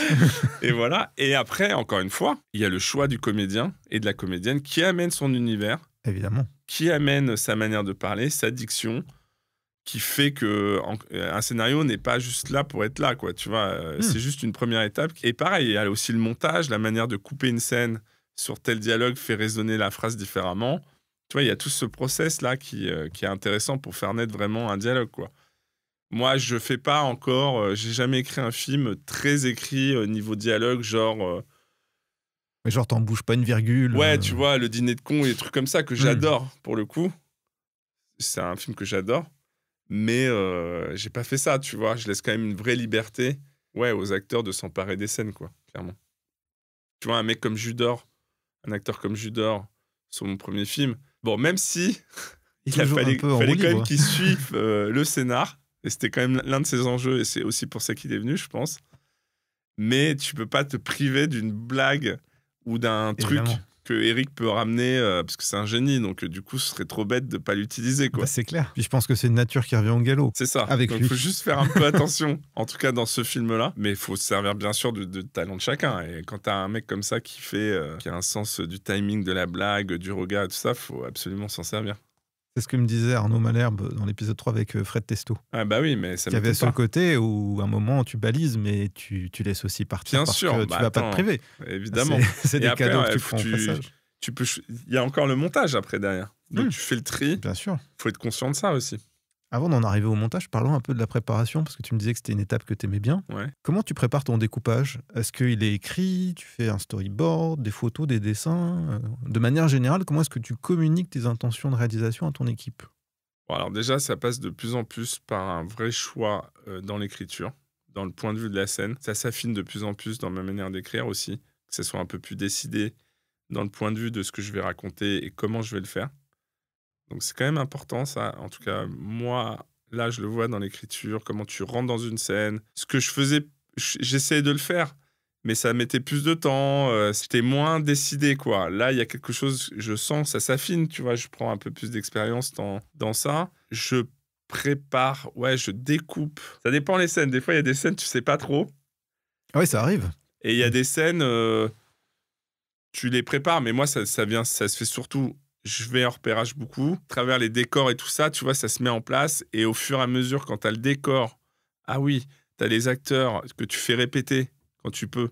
Une fois que tu as toutes ces étapes, c'est là où je commence à vraiment découper. Et après, j'arrive sur le tournage, je sais quand même plus ou moins ce que je veux quand même. Plus que moins, clairement. Non, mais je suis pas quelqu'un qui dit je sais pas, machin. Oui, ou qui attend de voir sur le plateau. Je pense que dans les prochains films, je le saurai un tout petit peu plus. Je me connais, ce sera préparé. Mais j'aimerais bien créer un peu de bordel. Tu vois ce que je veux dire? Mais il y a des réalisateurs qui créent dans le chaos, entre guillemets, contrôlé, quoi. Contrôlé. Un peu plus, parce que je me fais plus confiance aussi, tu vois. Il y a quelque chose comme ça. Oui, on a moins peur, peut-être, aussi. On sait qu'on va arriver à quelque chose. Ouais. Et alors, question, je sais pas si on te la pose souvent. Vas-y. Est-ce que tu te prépares physiquement avant un tournage? C'est-à-dire, comment tu te prépares à gérer la fatigue physique, mais aussi mentale que demande un tournage? C'est une vraie question hyper importante. Hein. C'est-à-dire que moi, je me prépare, mais alors déjà, j'aime faire du sport. Donc, d'une manière générale, c'est ça OK. tombe bien. Mais vraiment, en tournage, je sais que c'est long et c'est dur, en fait. T'es fatigué.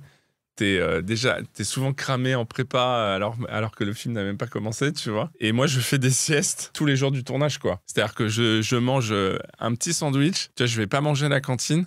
Je mange un sandwich et je fais une sieste. Ça, c'est mon exigence de tournage. Non, mais c'est un vrai truc, une vraie conscience. En tout cas, pour moi, la fatigue, c'est un truc qu'il faut que je gère absolument. Bah, on se rend pas forcément compte Ah non. à quel point c'est rude. T'es lessivé, quoi. Ouais. T'es lessivé, c'est une machine infernale de fatigue et de... Bon, tu tiens sur les nerfs et c'est super, tu vois, mais tu t'effondres après. Tu t'effondres souvent. Souvent, d'ailleurs, mes amis qui ont fait des films et tout, on a tous un truc, un zona. Ouais, après. Toujours t'as toujours un truc un peu grave qui t'arrive après un film, quoi. Parce que ton corps... lâche totalement. Lâche et puis a tenu, mais à un moment donné... Et il y a un truc de pression aussi que tu relâches totalement, ouais, Mais non, mais ça, c'est une vraie question que tu peux poser. Mais en tout cas, moi, la condition physique est hyper importante. Je bois pas d'alcool sur un tournage. Bon, allez, en fait, petite bière un de petit fin peu de journée. Non, franchement, ouais, rapide, quoi. Fête de fin de tournage, oui, mais pas avant. Ça demande une vraie discipline, hein, en vrai. Ouais, non, c'est important. Franchement, et la sieste du midi qui me sauve la vie. C'est hyper important pour moi. On parlait de travailler avec les acteurs, mais justement, et d'éventuelles répétitions. Et j'allais te demander si tu faisais des lectures du scénario avec tes comédiens avant et des répétitions. Alors, je fais des lectures, c'est hyper important. Ça me permet d'entendre le texte avec le comédien et aussi de faire connaissance avec lui ou la comédienne, tout ça. C'est une manière, tu vois, plus tu connais, ça a l'air bête, mais c'est pas... Tu vois, moi, j'aime pas découvrir tout de suite le comédien sur le plateau, quoi. Et il faut qu'on se rencontre, qu'on se sente un peu, qu'il y a un truc, que je m'inspire un peu de lui, que je vois un peu ce qu'il aime pas, etc. Donc ça, la lecture.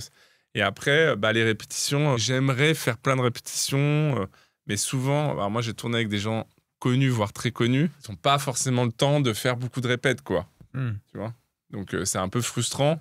Mais si je peux, pour le prochain film, faire un mois de répète, enfin, j'exagère, 2 semaines de répète, je le ferai, quoi. Mais souvent, je le fais beaucoup avec les seconds rôles et tout, on répète. Les castings aussi me permettent de bien tester les scènes sans trop les user, tu vois, quand même faire attention. Mais moi, j'aime bien tester, j'aime bien assister au casting. Je viens voir quand même souvent au casting pour un peu entendre les scènes que j'ai pu écrire pour un peu les modifier et tout ça. Ça, je devrais pas le dire aux acteurs parce qu'ils ne sont pas pris pour les films, pour les castings, parce qu'ils vont me tuer, quoi. Mais c'est vrai, ouais. Ils ont toujours c'est ça, le truc des castings, c'est que tu as envie de prendre tout le monde, tu prends qu'une personne. C'était une question de choix dans la réalisation. Exactement. Hein. On passe au tournage. Et encore une question très pragmatique, j'ai envie de dire. Comment est-ce que tu dors la veille de ton tournage ? Plutôt bien ou tu dors pas, justement, parce que tu es trop stressé ? Non, mais en fait, je vais te dire, ça dépend du projet. Alors, j'ai pu très bien dormir comme très mal dormir, en fonction de ce que j'ai fait, ce que j'allais m'apprêter à faire aussi, tu vois. Mais d'une manière générale, non, t'es quand même stressé, tu sais ce qui t'attend, t'espères que ça va bien se passer, que avec les acteurs ça va être ok. Ouais, t'es quand même angoissé. Hein. C'est normal. Ouais, après je pense qu'avec le temps et l'expérience, t'abordes les choses différemment. Mais bon, on se revoit peut-être après le 3e ou le 4e, je te dirai encore la même chose. Hein. Et du coup, concrètement, avant le premier, justement, avant Rouler Jeunesse, t'as dormi comment ? Mal, je crois. Enfin, j'étais très heureux de tourner. Comment ? C'est un peu le grand saut, quoi. Ouais, c'est le grand saut. J'ai mal dormi. Non, j'étais stressé, je pense. Et j'avais envie que ça se passe bien avec Eric. C'était important pour moi que ce premier jour... En fait, mais ça, on en parlait avec Jean-Paul Rouve. Et les acteurs, c'est aussi des... ils sentent aussi le metteur en scène ou... celui qui va les filmer, il faut aussi un truc de confiance, ça joue beaucoup là-dessus. C'est les premiers jours où ça se joue, ce truc de confiance. Et donc ça, quelqu'un qui travaille pas et tout ça, l'acteur, il peut pas lui faire confiance, quoi. Tu vois, il y a un truc... Bon, moi, j'ai jamais eu ce problème parce que je les aime beaucoup, je sais à peu près ce que je veux et tout ça, mais quand même, il faut... On n'est pas là pour rigoler, quoi. Tu vois, il y a un truc, c'est important. Moi, c'est... Il faut être là, quoi. Il faut être là, et puis c'est ta vie, quoi. Donc, à un moment donné, c'est beaucoup d'enjeux, quoi. Mais j'étais très stressé pour ça, ouais. J'avais envie que ça se passe bien et qu'on fasse le meilleur film possible ensemble. Et pas forcément... On peut le faire sans être ensemble, mais ça va être plus dur, quoi. C'est plus compliqué. C'est vrai que faire le film contre, c'est chaud, quand même. Non, mais ça arrive, hein. Tu sais, après, on reste des professionnels, c'est OK, tu vois, des fois, mais c'est quand même mieux de le faire dans la joie, la bonne humeur et le plaisir. Je digresse un petit peu, mais justement, tu parlais de... C'est ta vie, tu vois, de l'enjeu. Est-ce que quand tu arrives sur ton plateau ou même quand tu travailles, tu as derrière cet enjeu, cette pression de la question financière. Parce qu'on sait qu'un film coûte cher. Par rapport à ce que représente le film, s'il va se planter ou pas, c'est ça? Et même te dire, je suis à la tête d'un film avec tel budget, c'est quand même une grosse somme. Est-ce que ça te met une pression particulière? Ça me met une pression. Après, moi, j'ai pas fait des énormes...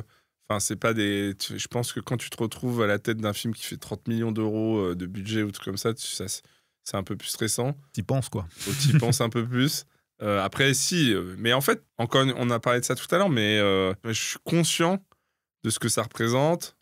Mais ça ne m'empêche pas de créer et de faire des choses. Clairement. C'est l'essentiel. Je suis pas... non, et tout. Je suis pas du tout là-dedans. Au contraire, j'essaye de donner le meilleur que je puisse donner sur le plateau. Parce qu'après, un tournage, c'est une journée, il faut rentrer tel truc. En tout cas, j'ai pas encore la liberté de pouvoir refaire des trucs, d'avoir beaucoup plus de temps et tout. Non, en fait, tu as un temps donné, et dans ce temps, il faut être les meilleurs possibles, tous ensemble. C'est pas si facile, en fait. C'est des petits miracles qui se reproduisent tous les jours. Et encore, des fois, ça marche pas, tu vois. Pas trop le temps d'y réfléchir. Une fois que c'est lancé, il faut y aller, quoi. Ce que disait Truffaut, quoi. Un film, c'est un train lancé dans la nuit, quoi. Exactement. Tu peux pas l'arrêter, quoi. Tu l'arrêtes pas, quoi. Faut y aller. Justement, en sens, tu dis il faut que ça soit un petit miracle chaque jour. Ouais. Est-ce que tu as des rituels ou des superstitions particulières avant ou pendant un tournage? Rituel... Je réfléchis, non. Tous les matins, j'arrive toujours avant tout le monde, ça c'est sûr. Je relis mes scènes, je vais voir mes décors. Il y a une sorte de petite préparation comme ça. Comme l'athlète avant de monter sur le ring. Mais tu sais, moi, c'est comme ça. En tout cas, mais je pense qu'on est tous pareils, tu vois. Mais ouais, il y a un truc, c'est la machine qui commence à chauffer, tu vois. On y va. Et une fois qu'on est dans... Alors après, moi, j'ai un truc comme ça. C'est une fois que je suis dedans, j'ai un truc très énergique, comme ça, avec les acteurs et tout. Et à la fin de la journée, je tombe, tu vois. Ça, c'est un peu mon truc. Et je marche aux mini canettes de Coca. Je devrais pas le dire parce que c'est pas très écolo, mais il me faut mes mini canettes de Coca. Et c'est parti, quoi. Pas de label éco-prod pour l'instant. Hein. Ouais, voilà, c'est ça. La question très pragmatique encore. Avec quoi tu viens sur le plateau? Est-ce que tu fais une prépa, genre tu pars en trek solo dans les Pyrénées avec 15 kilos de matos sur le dos, ou tu arrives les mains dans les poches, tu te dis, de toute façon, je vais taper la table régie? Moi, je viens toujours avec mon scénar ou avec mes scènes du jour. Attends, j'essaie de réfléchir. Non, j'ai ma script souvent qui se charge de récupérer tous mes trucs. Parce qu'en fait, je bouge beaucoup sur un plateau. J'essaierai de moins le faire la prochaine fois. Mais je perds tout. Donc, du coup, j'ai souvent un petit carnet comme ça où je marque des petits trucs et mon téléphone. Non, je viens pas suréquipé, quoi. Mais je suis quand même confort. Tu vois, je suis pas en mode Wes Anderson sur le plateau, quoi. C'est-à-dire, tu viens pas avec un petit costume? Non, mais c'est ce que je pourrais faire plus tard, tu vois, quand j'aurai plus de temps pour retourner mes films. Tu préfères le premier ou le dernier jour de tournage? C'est une bonne question, ça. Je préfère le premier quand même, parce que ça dépend les films. Toujours pareil. Il y a des films où j'étais content de finir, et il y a des films où j'étais triste de finir. En vrai, chaque film raconte une histoire différente. En tout cas, pour moi, pour l'instant. Comme ça, spontanément, je préfère quand même le premier jour, mais ça dépend des films. Il y a des films que j'étais content de terminer. Hein. T'étais soulagé? Ouais, j'étais soulagé. Il y a des films, t'as envie de finir, quoi. Tu peux nous dire pourquoi ou... Plusieurs choses. Il y a des films où t'es pas forcément... où tu te sens pas en adéquation totale avec ce que t'es en train de faire. Ça, j'en ai parlé tout à l'heure. Ouais, tu l'as évoqué. Et ça, du coup... C'est un inconfort que t'as envie de quitter, quoi, un peu. Ouais, tu sens que t'as l'impression de trahir tout le monde et toi le premier. T'es pas à ta place, quoi, en fait. Il y a un truc comme ça. D'où l'importance de vraiment faire ce qu'on aime. Mais c'est dur, hein, ça a l'air tellement banal de dire ça, mais c'est pas si facile. Et puis des fois, t'es très content et t'es très triste de finir parce que t'as pas envie de quitter les acteurs ou les actrices. Et puis t'es bien avec ton équipe. Et souvent, il y a aussi ça, c'est que, en tout cas, encore une fois, là où moi j'en suis, c'est que plus tu tournes, plus tu commences ta grammaire, tu vois, il y a un truc d'aisance qui se dessine au fur et à mesure des jours et c'est de plus en plus simple et de plus en plus libre et puis paf, ça s'arrête, tu vois. Tu vois ce que je veux dire? Oui, bien sûr, tu te sens coupé dans ton élan presque. Ouais. Voilà, des fois je suis sorti frustré, puis il y a des fois t'es juste content que ça se termine puisque c'était le bon timing et c'est ok, si ça doit se terminer là, tant mieux, quoi.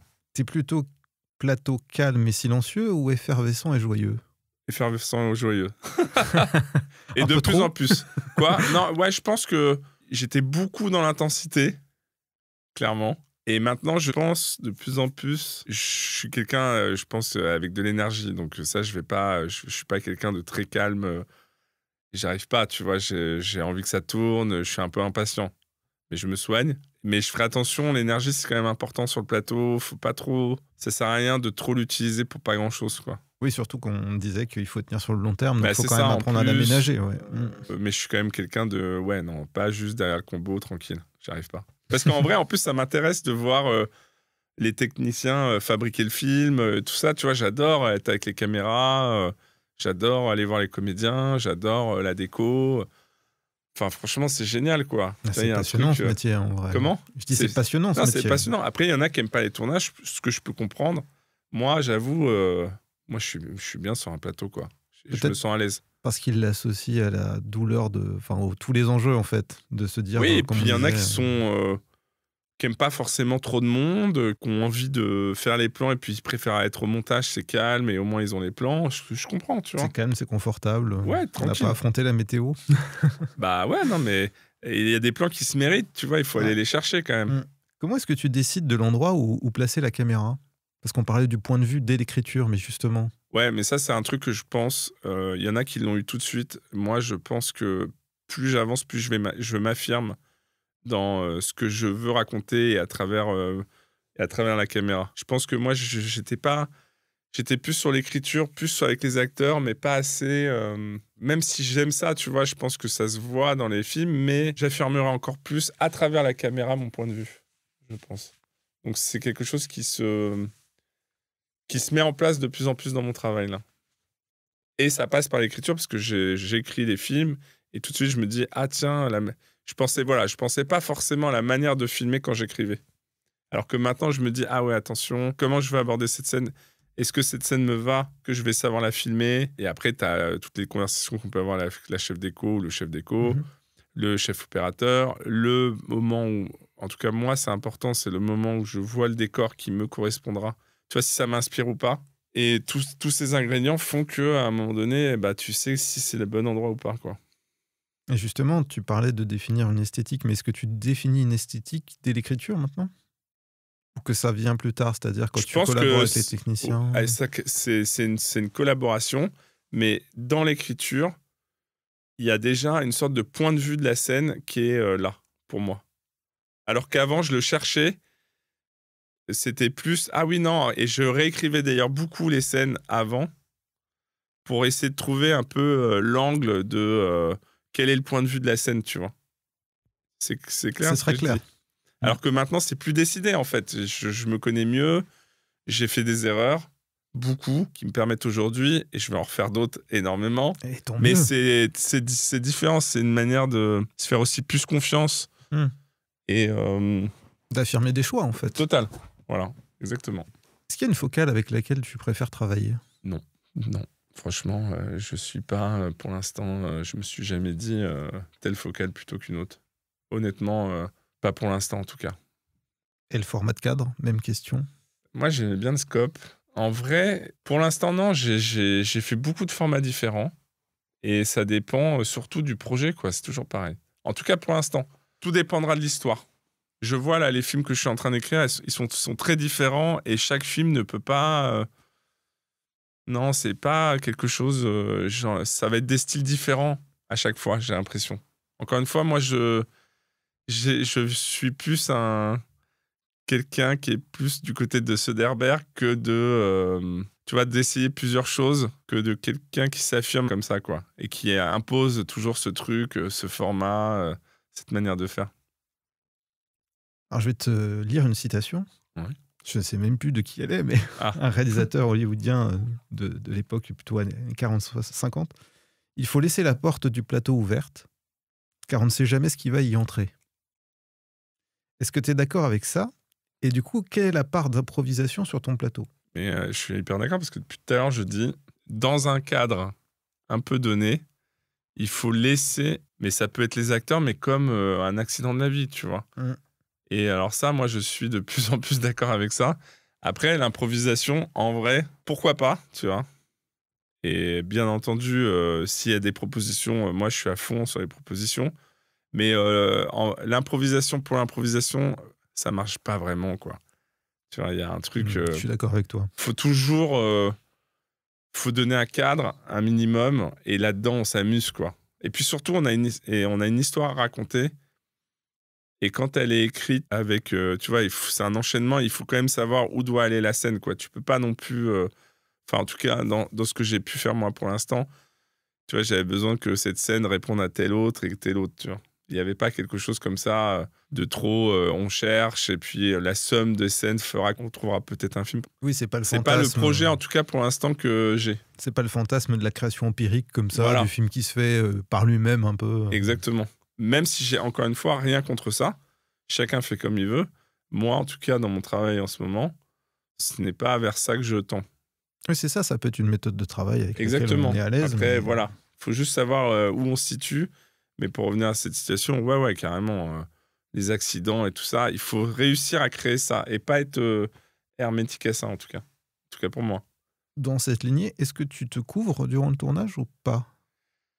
Je me couvre un peu, mais de moins en moins, je pense. Je pense qu'au prochain film, il y aura plus de choix qui seront Plus tranchés. de prise de tu vois. risque. Plus de prise de risque. Après, moi, je suis pas contre... il faut pas multiplier, tu vois. C'est-à-dire que par moment... J'ai pu faire moi aussi trop de plans sur une scène qui servent à rien, par peur. Et ouais, par peur, quoi. J'avais peur de ne pas avoir assez en montage. Après, j'aime bien aussi, de temps en temps, assurer des choses. Mais c'est moins des trucs de plan que de me dire, ah tiens, essayons tel truc au jeu et on verra si on le garde au montage. Ou alors, essayons ce plan-là, mais pas faire 50 plans différents. Mais ça, c'est moi. Et encore une fois, il y a aussi il y a des gens qui aiment bien se couvrir. Bon, trop se couvrir, je vois pas trop l'intérêt. Mais au montage, tu peux choisir et puis c'est OK, quoi. Chacun son truc. Il y a beaucoup d'Américains qui tournent sur tous les angles possibles et après, ils se mettent au montage et c'est là que le film se décide vraiment pour eux, tu vois. Et des grands réalisateurs. Bon. Oui, il n'y a pas de recette, de toute façon. Il n'y a pas de recette. Après, je pense que plus c'est décidé, plus c'est tranché, plus ça devient intéressant. On est bien d'accord. Ouais, ça a pu m'arriver, mais ça le sera de moins en moins, je pense. Alors, question, est-ce que du coup, dans ce sens-là, est-ce que tu as déjà tourné à plusieurs caméras ? Moi, j'ai fait une série en tant que juste réalisateur qui s'appelait Weekend Family, où il y avait 2 caméras, même voire 3 des fois. C'est trop compliqué pour moi. Moi, je trouve ça compliqué. Mais beaucoup pensent que c'est un gain de temps. Bah, en fait, ça dépend, les films et tout. C'était pas facile, ouais. J'avais du mal à savoir sur quel... mais c'est une gymnastique à trouver. Au bout d'un moment, tu la comprends. Tout dépend des scènes et tout, mais c'était pas quelque chose un exercice très facile. Bon, je me suis adapté, hein, tu vois, mais c'est pas un truc... C'est un gain de temps, oui, mais c'est pas... En fait, c'est toujours pareil, ça t'enlève un point de vue, quoi. Enfin, c'est du coup tous tes points de vue, quoi. Ça peut être un peu écrasant, ouais. Non, mais surtout, en plus, c'est un truc d'axe. C'est-à-dire que si tu tournes à 2 caméras, tu peux pas... Inévitablement, l'autre caméra ne doit pas choper l'autre caméra, donc il y a des trucs d'angle où ton plan est forcément un peu moins décidé. Il faut vraiment être très fort, quoi, pour maîtriser ce truc. Alors, on a parlé un peu de casting tout à l'heure. Justement, comment est-ce que tu t'impliques dans le casting ? Est-ce que tu es là dès le début du process, en fait ? Est-ce que tu as écrit en ayant des acteurs en tête, déjà ? Comment ça se passe ? C'est toujours pareil, j'adore les acteurs, donc du coup, je m'implique à 1000% dans le choix de mes comédiens. Comment ça se passe ? Mais chaque projet est différent. Sur Roulet Jeunesse, on a mis longtemps. En fait, j'avais pas pensé à Eric tout de suite. Judor. Mais j'avais pas d'idée. En fait, ça n'a pas été le 5e choix ou le 6e choix. Ça, il y avait un truc de... C'est toujours les mêmes comédiens, j'ai l'impression, et j'avais envie de quelque chose de surprenant. Et je dis souvent... Alors, mais maintenant, j'arrive plus à savoir si c'est moi qui l'ai croisé dans la rue une première fois ou si c'est mon producteur. Mais on s'est dit, putain, mais Eric Judor, ça pourrait être super. Et d'un seul coup, ça m'a ouvert une perspective sur le film. Ça racontait déjà une histoire. Et c'était comme ça que c'est arrivé, et il a accepté le projet, et là, c'était parti, tu vois. Sur le 2e film, Jean-Paul Rouve était associé au projet, parce que c'est un film que j'ai pas écrit, à la base, en tout cas. Et donc, c'est ça qui m'a donné envie de venir sur le film, parce que j'avais très envie de travailler avec Jean-Paul, et j'avais toujours eu envie de le filmer. En fait, c'est surtout l'envie de filmer un acteur ou une actrice, quoi. Si j'ai pas ce truc en moi, j'y vais pas. Et par exemple, le dernier cours que j'ai fait, c'est un cours que j'ai écrit pour une actrice avec qui j'avais déjà travaillé... il y a 15 ans de ça, tu vois, elle avait 1 ou 2 scènes sur un court-métrage. On est restés très proches. Et je me suis toujours dit, tiens, je ferai un film avec elle, tu vois. Et on a fait le film ensemble. Mais je l'ai écrit pour elle. Donc là, c'était automatique. Ça, c'est pour les plus grands rôles. Après, les autres rôles, dans le choix, faut qu'ils soient bons déjà. Oui. Et ça va de soi. C'est important. Mais faut que je sois surpris à un endroit, tu vois, que j'ai pas l'impression de l'avoir déjà vu, qui me raconte un peu une histoire. Faut qu'ils amènent quelque chose d'autre que simplement la scène, tu vois. Si je m'ennuie déjà En les regardant jouer. En la regardant jouer et que c'est OK. Il y a plein d'acteurs qui jouent OK et ils peuvent être très bons dans d'autres trucs. Si moi, en tout cas, ils sont là et qu'ils me jouent juste le truc, il faut juste que ça m'amène autre part à un endroit, quoi. Tu vois, sinon, ça ne m'inspire pas, il se passe rien, c'est pas très intéressant. Et justement, comment on sait qu'on a fait le bon choix d'acteur? Est-ce que c'est à ce moment-là? On se trompe, des fois. Hein. On sait parce qu'on aime les filmer, quoi, je pense. On aime les filmer, on aime ce qu'ils proposent, on aime ce qu'ils amènent aux personnages. Je pense que tout ça fait qu'on sait qu'on ne s'est pas trompé, tu vois. J'ai lu une interview de toi où tu disais... Je disais quoi? Ah non, je te rassure, c'est pas une casserole. Non, pas du tout.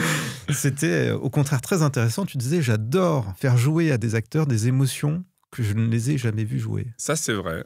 J'ai ce truc, je pense. Typiquement avec Éric Judor sur Rouler Jeunesse, ou même Grégoire Ludig, tu vois, sur Les Cadors. Même Jean-Paul, on a été à un endroit... Je pense qu'il n'avait pas... Bon, il a fait beaucoup de choses, mais c'est de... Ouais, encore une fois, de raconter quelque chose d'autre. Tu vois, on a parlé de De Niro tout à l'heure avec Jackie Brown. Tu vois, Tarantino, il l'emmène à un endroit et lui compose quelque chose qu'il n'a jamais fait. Et c'est hyper intéressant pour nous, spectateurs, de découvrir. C'est vrai qu'il y a des fois des films, tu te dis, mais putain, il refait encore ce rôle-là, quoi. C'est chiant, quoi. Ouais, ils sont enfermés dans leur image, un peu. C'est ça. Et en fait... moi, j'adore être surpris, et surtout, c'était un de mes enjeux de mise en scène. C'est-à-dire que la direction d'acteur et la manière dont le faire jouer différemment, ça, c'était un de mes enjeux de mise en scène fort, pour le coup. Tu vois, j'étais vraiment axé là-dessus. Maintenant, je pense qu'il y aura ça et autre chose, mais c'était hyper important pour moi. Et c'est vrai que, mais ça rejoint les castings et les choix de mes rôles. Typiquement, mais dans un de mes courts-métrages, Lana Del Rey, le père qui joue le père de l'enfant, c'est pas un acteur professionnel, j'arrivais pas à trouver un acteur, non pas qu'ils n'en étaient pas capables, mais il fallait que je sois surpris de quelque chose, et il n'y avait pas ce désir, cette surprise quand je voyais ces acteurs, et j'ai fini par tomber sur un mec dans un bar, et je me suis dit, putain, mais c'est lui le personnage, et ça créait tout de suite un truc de surprise, ah tiens, vers quoi on peut aller, quoi. C'est hyper intéressant. Est-ce que tu as un goût du contre-emploi, du coup? Je sais pas si c'est du contre-emploi, c'est juste j'ai un goût d'emmener mes acteurs à un endroit, ou mes actrices à un endroit où ils n'ont pas été. Et si on appelle ça contre-emploi, ok, tu vois, mais c'est juste Adam Sandler dans Punch Drunk Love, encore une fois, il est incroyable. Mais c'est pas un contre-emploi, parce qu'en fait, c'est juste un acteur qui fait ce qui... dirigé par un grand metteur en scène qui l'emmène à un endroit, tu vois. Ça m'amuse pas forcément de me dire « Ah tiens, on va faire les malins, on va l'emmener là, tu vois, et tout ça. » C'est juste, s'il correspond parfaitement au rôle et que il raconte, il amène déjà un univers et qu'on raconte une nouvelle histoire, c'est intéressant, quoi. Sinon, pour faire la même chose, ça m'intéresse pas. Mais c'est une envie, c'est pas un calcul. C'est une envie. C'est... Justement, parlons de direction d'acteur. Comment est-ce que tu diriges tes acteurs? Tu es très présent, très dans le dialogue, ou au contraire, justement, tu as tendance, comme tu l'évoquais, à maintenant te mettre un peu plus en retrait, les laisser Alors proposer? moi, je dis pas en retrait, je suis avec eux, je pense. En fait, ça part du scénario, c'est-à-dire on fait des lectures, chaque acteur est différent ou chaque actrice est différente. Et donc, j'essaie juste de me mettre dans un rapport de confiance avec chacun, d'écouter la scène avec eux et de les écouter s'il y a problème de dialogue ou de sensation sur quoi que ce soit. Et je pense que tout ça fait que généralement ça se passe bien. Qu'il y a un truc, je ne saurais pas comment l'expliquer, mais je suis présent, oui, je suis quand même présent. Je sais ce que je veux, en fait, je sais ce que je veux pas surtout. Et je sais plus ou moins vers quoi j'ai envie de chercher En fait, j'essaie toujours de trouver, toujours d'être surpris à un endroit. C'est vrai que je suis frustré quand ça vient pas. Je sais que je l'ai, tu vois, mais attends, c'est con, on n'a pas trouvé le petit truc en plus.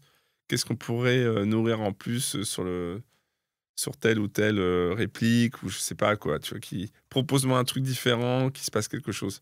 Et justement, la direction d'acteur, est-ce que c'est quelque chose qui te faisait peur à tes débuts? Écoute, ça me faisait peur, mais ça m'a jamais empêché de le faire. C'est-à-dire, souvent on nous disait, ouais, il y a beaucoup de metteurs en scène qui ont peur des acteurs et tout. Je me disais, merde, moi je vais être comment et tout. J'ai jamais fait ça, je sais pas et tout.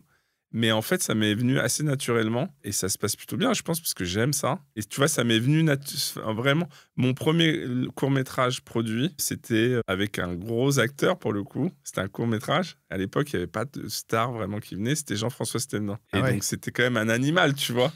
C'est pas n'importe qui, ouais. Et donc, du coup, tout le monde me disait, attends, tu prends Jean-François Stelnin pour ton premier cours, ça va être compliqué et tout. Et je faisais, ah ouais, tu crois? Et en fait, ça a été un tournage incroyable avec lui, en tout cas. Il m'a appris plein de choses, on s'est entendus, et c'était fou, quoi. Et ça m'était naturel, en vrai. J'ai appris, maintenant, je suis plus la même personne, mais j'ai pu le faire, tu vois, et ça s'est hyper bien passé. Si justement, parfois ça se passe mal, comment est-ce qu'on gère? Encore une fois, c'est un truc d'expérience aussi, je pense. Par moments, j'ai eu des moments compliqués que j'ai pas réussi à... Parce que je pense que ça se sent dans la scène et c'est un peu des frustrations. Du coup, je me suis un peu braqué et j'ai voulu faire rentrer quelque chose qui ne rentrait pas, tu vois. Donc maintenant, je pense que je serai moins braqué et je chercherai une solution sur comment faire différemment. Mais ça, je le fais souvent, tu vois. Mais des fois, t'as beau faire ça passe pas quand même. Ouais, bah oui. Mais... c'est souvent parce que la scène est mal écrite, je pense quand même. Parce que je pars du principe que les acteurs que j'ai choisis, les actrices sont bons. Donc c'est pas forcément un problème d'acteur. Et je me suis souvent aperçu que des fois les scènes sont quand même mal écrites. Enfin tu vois, ça arrive quoi. Ah bah bien sûr, on n'est pas infaillible. Hein. T'as beau essayer les pauvres quoi, ça rentre pas, c'est compliqué. Moi je veux absolument ce truc, ça marche pas. Donc tu vois, maintenant je pense que j'ai suffisamment d'expérience pour me dire ok stop. On va trouver une autre manière de faire pour que ça marche, quoi. Et chercher le point de blocage, en fait. Et chercher le point de blocage. Et après, vraiment, si ça passe pas, des fois, ça m'arrive... Tu vois, il y a des fois, ça bloque. Bah là, faut trouver une solution, peut-être avec la caméra, tu vois, typiquement. Mais c'est vrai, ouais, j'ai eu des moments où j'ai pas réussi à faire, quoi. Bah, ça arrive, hein. Ouais, ça arrive. Bah, c'est frustrant, mais le ça problème, c'est que si t'as pas la bonne... Si ça marche pas, c'est compliqué, après. Hein. En sûr. montage, c'est compliqué. C'est sûr. Généralement, j'ai quand même ce que je veux, tu vois, mais je sais que c'est OK, mais on n'a pas eu un truc en plus sur tel... Mais ça m'est pas arrivé souvent, et souvent pas avec les acteurs principaux du film, tu vois. De temps en temps, ça a bloqué à certains endroits. Tu as tourné avec quelqu'un qu'on regrette beaucoup, c'est Michel Blanc. Exactement. Est-ce que tu peux nous parler un peu de cette expérience avec lui? C'était incroyable. Déjà, je croyais pas qu'il allait accepter le rôle et il l'a accepté. T'as Michel Blanc sur un tournage, quoi. C'est un monument, quand même. J'ai eu cette chance folle. Que te dire, en fait, les stars sont pas des stars pour rien, en vrai. Tu vois, ils ont quand même déjà un truc en plus. Mais en tout cas, Michel était très intelligent, il s'intéressait à tout. Ils t'apportent forcément quelque chose de leur expérience. Qu'est-ce que je peux te dire? Que dans le travail, c'est par moments compliqué, mais c'est toujours au service du film. En même temps, c'est marrant. Des fois, il était stressé, comme s'il n'avait jamais tourné, tu vois. Donc, c'est ça qui est génial, tu vois. C'est ça, la marque des grands aussi. Non, mais c'est ça, tu vois. Il se remet en question. Il avait envie. À un moment donné, on ne réussissait pas à faire un moment. Je lui disais, mais si tu veux, je simplifie ce moment. Il me fait, non, t'inquiète, je vais réussir à le faire. Laisse-moi cette prise. Tu vois, c'est quand même... C'est cool d'avoir ça, quoi. Ouais, c'est clair. Et c'était aussi un cinéaste, c'est-à-dire qu'il n'est pas que acteur, il fait des films. Moi, j'ai aussi beaucoup tourné avec des acteurs et actrices qui ont déjà réalisé. C'est pas là, encore une fois, le même rapport aussi non plus. Ils ont aussi cette conscience du tournage, du plateau, de la direction. Tu vois, ils ont un autre prisme qui est pas le même. Et lui, il en était très conscient de ça. Et voilà, quoi, c'était super. Et justement, ces acteurs qui ont déjà réalisé, tu dirais que c'est un bien ou un mal? Toujours, moi, c'était que bien, puisque, encore une fois, ils ont toujours été au service du film et ils m'ont apporté des choses, des conseils. Je me suis jamais senti contre, tu vois. J'avais pu avoir peur de ça, en me disant, ah ouais, putain, mais t'as vu, c'est Michel Blanc, comment ça va se passer et tout. Mais en fait, quand ils se sentent accompagnés et en confiance, encore une fois, on est tous au service du film, on a tous envie de faire le meilleur film possible. C'est la même chose. Bah, tu as aussi dirigé des enfants. Ouais. Et comment est-ce que tu as travaillé avec eux, du coup? Parce qu'on imagine que c'est pas tout à fait le même rapport qu'avec des acteurs, on va dire, en fait, plus âgés. J'ai travaillé... bien sûr, ça reste des enfants. Bien sûr, ils n'ont pas la même concentration. Mais pour le petit Ilan de Brabant sur Roulet Jeunesse, j'ai travaillé comme un acteur pro. Hein. Il était impressionnant. C'était un petit génie. Il avait 6 ans, il savait pas encore lire. Il apprenait donc par cœur les scènes. C'est fou. Et il arrivait à improviser avec Eric, quoi. Donc, si tu veux, le petit, là, c'était quand même quelque chose. Et il en redemandait, c'était dans la joie, il adorait. Donc, en vrai, ça a été assez facile. Faut l'amener, tu vois, on s'est beaucoup vu avant, il y a un truc de confiance. C'est pas rien pour un petit 6 ans sur un tournage où il a beaucoup, beaucoup de scènes. Ça peut être impressionnant, il y a beaucoup de monde. Mais lui, c'était d'un naturel. Pour d'autres, c'était un peu plus compliqué de... Mais en fait, je fais pas, en tout cas moi, je fais attention à eux, mais je les dirige comme un peu des adultes. Au sens où je les prends au sérieux et je leur demande... on est dans le travail, tu vois, il y a quelque chose comme ça. Tu les responsabilises. Je les responsabilise vachement. Et donc, ça, ils le sentent. Après, ça marche pas tout le temps. Des fois, c'est plus laborieux que d'autres. Hein. Ah bah. Mais ça, pour le coup, ça m'a jamais fait peur. Et c'est... je me dis pas, tiens, on va pas y arriver, tu vois. Tu travailles avec une coach dans ces cas-là ou Pas du tout. gères Moi, tout les seul coachs... alors, il y a peut-être ici, il y a quelqu'un qui s'occupe des enfants, mais pour les faire répéter tout ça, j'ai pas besoin de... En fait, je sais ce que je veux. J'ai pas besoin de conseils, de quoi que ce soit, moi. Non, mais je dis pas ça méchamment, je dis juste pas du tout. j'ai pas envie qu'on donne d'autres indications que les... Enfin, je sais ce que je veux pour la scène, je sais mon rapport avec l'enfant, et en vrai, je sais que j'y arriverai à trouver une solution, et c'est mon métier de diriger. Mais je n'ai rien contre les coachs, c'est juste moi, Oui, c'est c'est le rapport OK que pour tu moi. veux avoir avec... J'ai pas envie qu'on interfère, mais peut-être si tu interviews une coach un jour, elle te dira, mais non... En fait, j'interfère rien, j'essaie de comprendre ce que veut le réalisateur. Je suis entièrement d'accord avec ça. Mais quand même, j'aime bien avoir mon rapport direct. Après, il faut forcément des gens qui s'occupent des enfants sur les tournages. Oui. C'est important. Mm. Mais le moins possible dans la direction, tu vois. Les faire répéter, c'est une chose.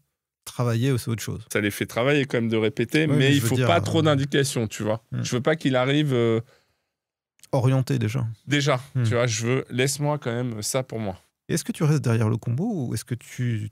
proche des acteurs pendant la prise? Je pense que je suis quand même très proche des acteurs. Hein. Bon, ça dépend les scènes, mais... Et je crois de plus en plus... En fait, moi, le rêve ultime, c'est de même plus regarder le combo, mais regarder directement les acteurs. J'ai du mal encore à faire ça. Mais ouais, je suis quand même plus avec le petit moniteur à me balader et proche d'eux que derrière le combo. Et il t'arrive de leur parler pendant les prises ou pas? Ça arrive, pas souvent quand même. Pour l'instant, pas souvent. J'ai pas eu trop besoin. Peut-être plus sur le dernier, sur le court-métrage, ouais, on a quand même... Mais ma manière de diriger change aussi au fur et à mesure. Tu vois, je pense que je vais plus m'autoriser à leur parler de plus en plus. D'être lâcher un peu tout ce qui est combo, tout ça, et d'être plus avec eux. Ça va changer, je pense. On va venir à des questions que je t'avais demandé de préparer. Tu devais être en train de te dire, mais attends, non, il m'a fait bosser. Vas-y. Bah, parlons d'anecdotes de tournage, justement. Ça a été quoi ton plus grand défi en tant que réalisateur? Alors, à ce jour. J'ai réfléchi à cette question et je pense que mon plus grand défi en tant que réalisateur, c'était de monter mon premier film. Ah. Parce qu'en fait, un premier film, c'est... Personne t'attend. Personne sait vraiment ce que tu vas proposer. Et donc, tu as quand même pas mal de refus. En tout cas, moi, en plus, c'était une sorte de comédie dramatique. C'était dur d'expliquer aux gens ce que j'avais envie de faire, à quel endroit je voulais être. Et ça a été long, quoi, tu vois. Et dans le process d'écriture, t'as beau, on en a parlé avec la Fémis, désacraliser l'écriture et tout ça. C'est vrai qu'un premier film, ça reste quelque chose d'un peu laborieux parce que tu remets beaucoup plus en question. C'est plus long à tous les niveaux, quoi. Les subventions, l'argent. Le process d'écriture, ouais, c'est ça. Moi, je pense que je dirais c'est ça, l'un des... La question, c'était quoi à formuler? Le plus grand défi en tant que réalisateur. Le plus grand défi, c'était ça, je pense. Après, il y a eu d'autres défis, tu vois, mais je pense que celui-là, s'accrocher et tenir jusqu'au coup pour réussir à faire ce premier film, ça a été mon plus grand défi pour l'instant. Et pas n'importe lequel, quand même, effectivement. Non. C'est quoi ton plus beau souvenir de tournage? Mais pareil, en fait, j'arrive pas à avoir un bon souvenir de tournage. J'ai pas un bon souvenir. Quels sont tes plus beaux souvenirs? Non, en fait, moi, je pense, encore une fois, là, on en revient toujours sur les acteurs et les actrices. C'est une somme de moments où t'es derrière le combo ou à côté d'eux, tu vois, et tu vois la scène exister, mais comme tu l'as imaginé, voire mieux. Et tu dis, ah putain, mais c'est génial, là, tu vois. Tu sais que tu l'as, même encore mieux. Et ça, c'est des moments, tu vois, dans les journées, c'est incroyable, quoi. Pour moi, ça, je m'en lasserai jamais. Et c'est sur ça qu'on tend, tu vois, quand tout s'accorde, que d'un seul coup, il se passe un truc en plus d'émotion, de surprise avec le cadre et tout. Ça, c'est des moments que je retiens tout le temps, quoi. Et le moment le plus drôle, insolite ou étrange que tu as vécu sur un plateau? Eh bien, ça, c'est pareil. Je suis désolé, j'ai pas un moment. Plusieurs? Non, je dirais le plus drôle, c'était quand même Éric Judor sur un plateau où je dirais... en fait, des fois, j'en pouvais plus. Fallait continuer. En fait, Éric, il est tellement drôle que même quand tu lui dis « Bon, allez, ça suffit maintenant, faut qu'on se prépare », il arrive quand même à te faire rire. Tu vois ce que je veux dire? Ah bah oui, du coup, Et donc, c'est t'es dans difficile. un truc où t'as qu'une envie, c'est de dire « Vas-y, on y va, s'il te plaît ». Et c'est Mais il dur te fait de- comme une blague qui te fait rire, et donc t'es en train de te marrer tout en lui disant « Vas-y, s'il te plaît, tu veux pas qu'on y aille, quoi ?» Et ça reste un bon souvenir. Sur le moment, tu te dis « Ah putain, j'en peux plus ». Et en vrai, ça reste des super souvenirs quand même. Alors, on va passer à la post-production. Yes. C'est quoi ton rapport au montage? Est-ce que tu y penses dès l'écriture ou le découpage? Alors moi, je pense je suis très structure de film quand même, je pense. Donc du coup, c'est une manière c'est un peu des maths et du coup de monter le film d'une certaine manière. Après, il y a le tournage et c'est vrai que non, mais je suis quand même quelqu'un qui a conscience du montage et des ellipses et tout ça. Après, encore une fois, t'es toujours surpris, hein, donc Oui. il y a des choses qui marchent et des choses qui marchent pas. Et mon rapport, c'est bon. Alors c'est un peu de moins en moins, mais quand même très critique sur mon travail. Donc c'est quand même assez violent, quand même le montage pour moi. Dans le sens de revoir les images, tout ça. C'est douloureux pour toi, ouais.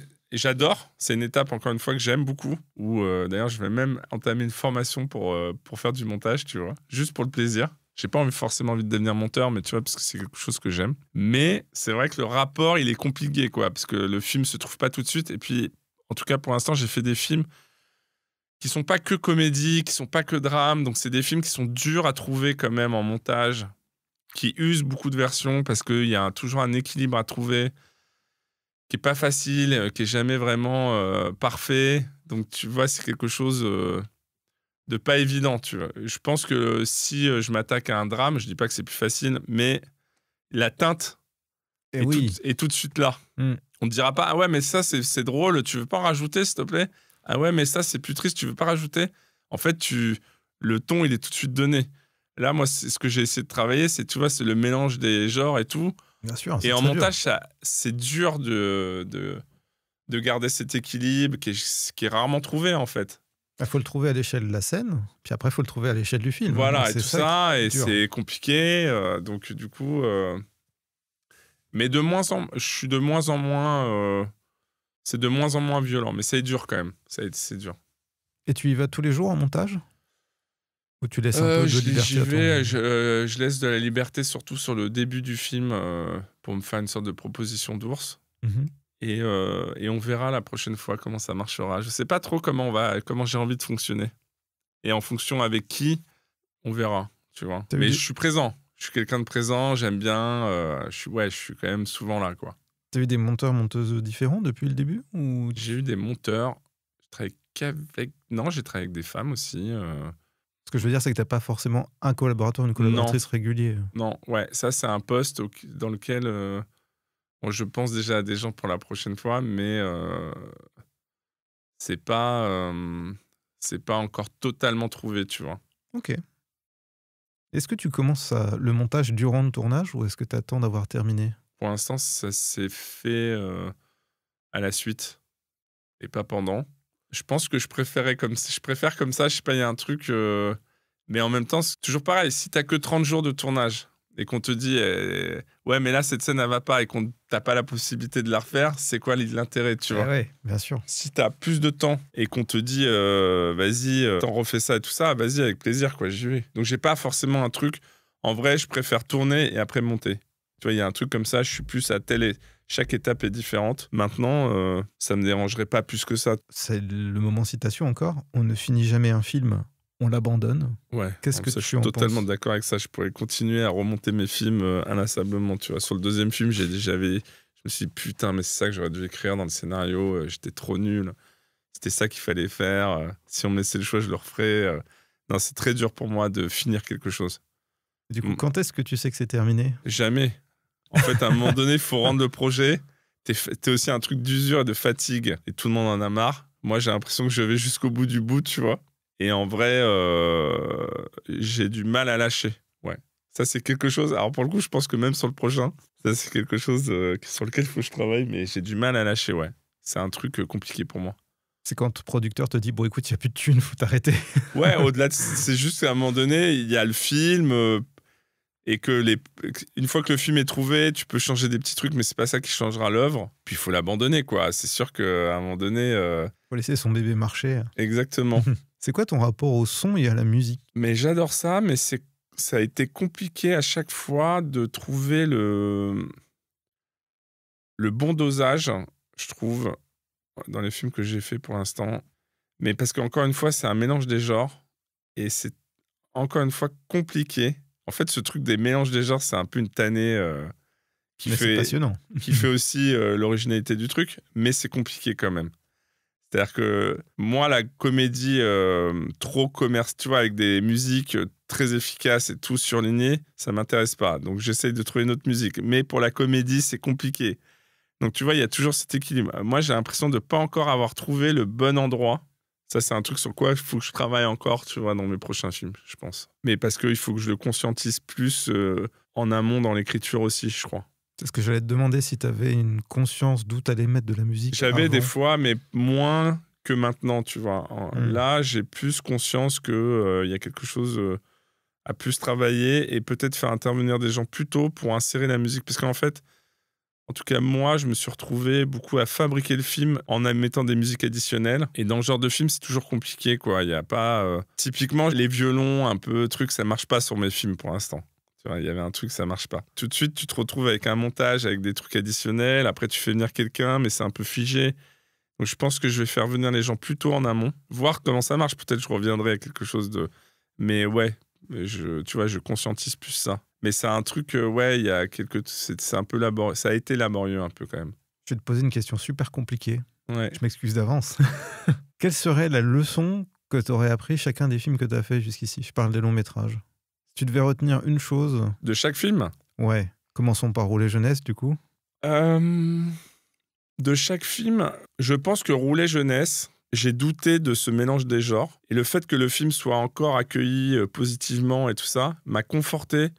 J'aurais pas dû autant douter dans ma proposition et j'aurais dû me sentir plus légitime de ce que je proposais. Je l'ai bien vécu, mais en même temps, tu vois, c'était compliqué à défendre. Par moments, je me disais, mais attends... Et en fait, le film a été plutôt bien reçu. Et les gens en parlent encore, tu vois, c'est très marrant. Complètement. Et sur Les Cadors, je pense que c'est un film que je n'ai pas écrit, qui me ressemble sans me ressembler vraiment, je pense. Il y a quelque chose comme ça où j'ai jamais été en totale adéquation avec le film. J'ai jamais su trouver vraiment l'histoire qui allait me conforter dans ce que je voulais raconter. C'est que ma faute. J'ai adoré travailler avec les acteurs, les actrices. Et ça m'a permis, on a commencé avec ça, de savoir, ok, si t'es pas totalement en adéquation avec le projet, avec ce que tu racontes, le scénario et tout ça, attention. Ouais, être plus vigilant là-dessus, quoi. Ouais, mais c'est juste se faire plus confiance. C'est un truc sur la confiance. Du coup, je rebondis là-dessus parce qu'on en a beaucoup parlé de légitimité. Ouais. C'est quand même un truc qui revient beaucoup. Tu trouves? Pas forcément dans ce que tu dis, mais de manière générale. Ouais. Moi, je trouve que même quand on est lu, on nous pose souvent la question de en quoi on est légitime pour raconter cette histoire. Ouais. Ah oui, alors ça, pour le coup, ça, moi, ça me fait... Ah bah, vas-y, pose ta question. Bah non, réagis, je t'en prie, elle va dans ce sens-là. Non, mais en fait, il faut ça, juste quoi. sentir... Non, mais parce que c'est toujours pareil, je pense que c'est plus facile de défendre un projet si on a vraiment vécu l'histoire, c'est sûr, mais en vrai, je pense que si le scénario est bien et que je m'en empare alors que j'ai pas vécu l'histoire, je pense être un bon réalisateur pour cette histoire. Ça me pose pas de problème de légitimité. C'est un truc très... Tout dépend les thèmes, bien sûr. Tu vois, il y a quand même des choses sur lesquelles tu peux pas... C'est compliqué d'en parler. Oui, bien sûr. Je vais pas citer les trucs parce que, franchement, tout dépend. En fait, c'est trop large. C'est-à-dire qu'il y a des thèmes, c'est vrai que c'est compliqué, mais d'une manière générale, si le scénario est OK et que, voilà, si tu arrives à mettre de ta personnalité dedans et tout, tu peux être légitime de raconter telle histoire. Ça va, quoi. J'ai pas ce truc. Et c'est vrai qu'il y a beaucoup ce truc sur la légitimité de raconter telle ou telle histoire qui, moi, je passe toujours un peu à côté. Mais bon, c'est comme ça, je comprends en même temps, tu vois. Et tu parlais de ton expérience en réalisation de série tout à l'heure, sur Weekend Family. Est-ce que ça a été très différent que la réalisation d'un film pour toi? Oui, c'est différent. Déjà, c'est pas ton projet. Là, il se trouve qu'on s'est retrouvés. C'est Eric Judor qui m'avait demandé de venir pour réaliser quelques épisodes. Déjà, c'est quelques épisodes, c'est pas ton projet. C'est pas moi qui ai écrit les textes. Là, moi, je suis venu plus en tant que réalisateur pour retrouver Eric et découvrir une bande d'acteurs et d'actrices super, tu vois.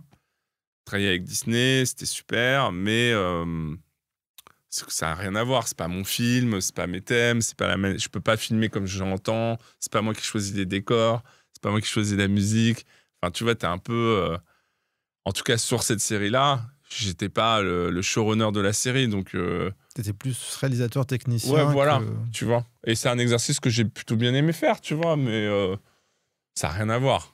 Pour moi, c'est pas du tout la même chose, hein, pour le coup. Et ça t'attire la série? T'aimerais écrire une série ou... Écoute, j'ai eu plusieurs idées, mais pour l'instant, je n'ai pas trouvé... Ouais, ça m'attire. Ça m'attire, mais c'est vrai que, tu vois, par exemple, là, j'ai plus axé ma priorité sur écrire mes prochains films. Donc ça revient, tu vois, ça reste quand même... Mais si je développe, hein, là, on développe des trucs, mais j'ai pas encore trouvé le projet ou le sujet où je me dirais, ah putain, il faut absolument que je le fasse. Tu vois, je brainstorm, il y a des choses sur lesquelles on a développé, qu'on a arrêté. Ça fait un moment que je tourne autour, mais pour l'instant, j'ai pas trouvé encore le... C'est pas encore le bon moment. C'est pas encore le bon moment, tu vois. Chaque projet a son temps. Ouais. Et justement, en parlant de projets, est-ce que tu peux nous parler de tes prochains projets? Parce que tu me disais que tu avais des projets en développement. Écoute, là, je développe, je vais faire succinct, je vais pas trop parler des films, mais si ce n'est que là, donc, j'adapte en long métrage le court métrage Petite Reine. D'accord.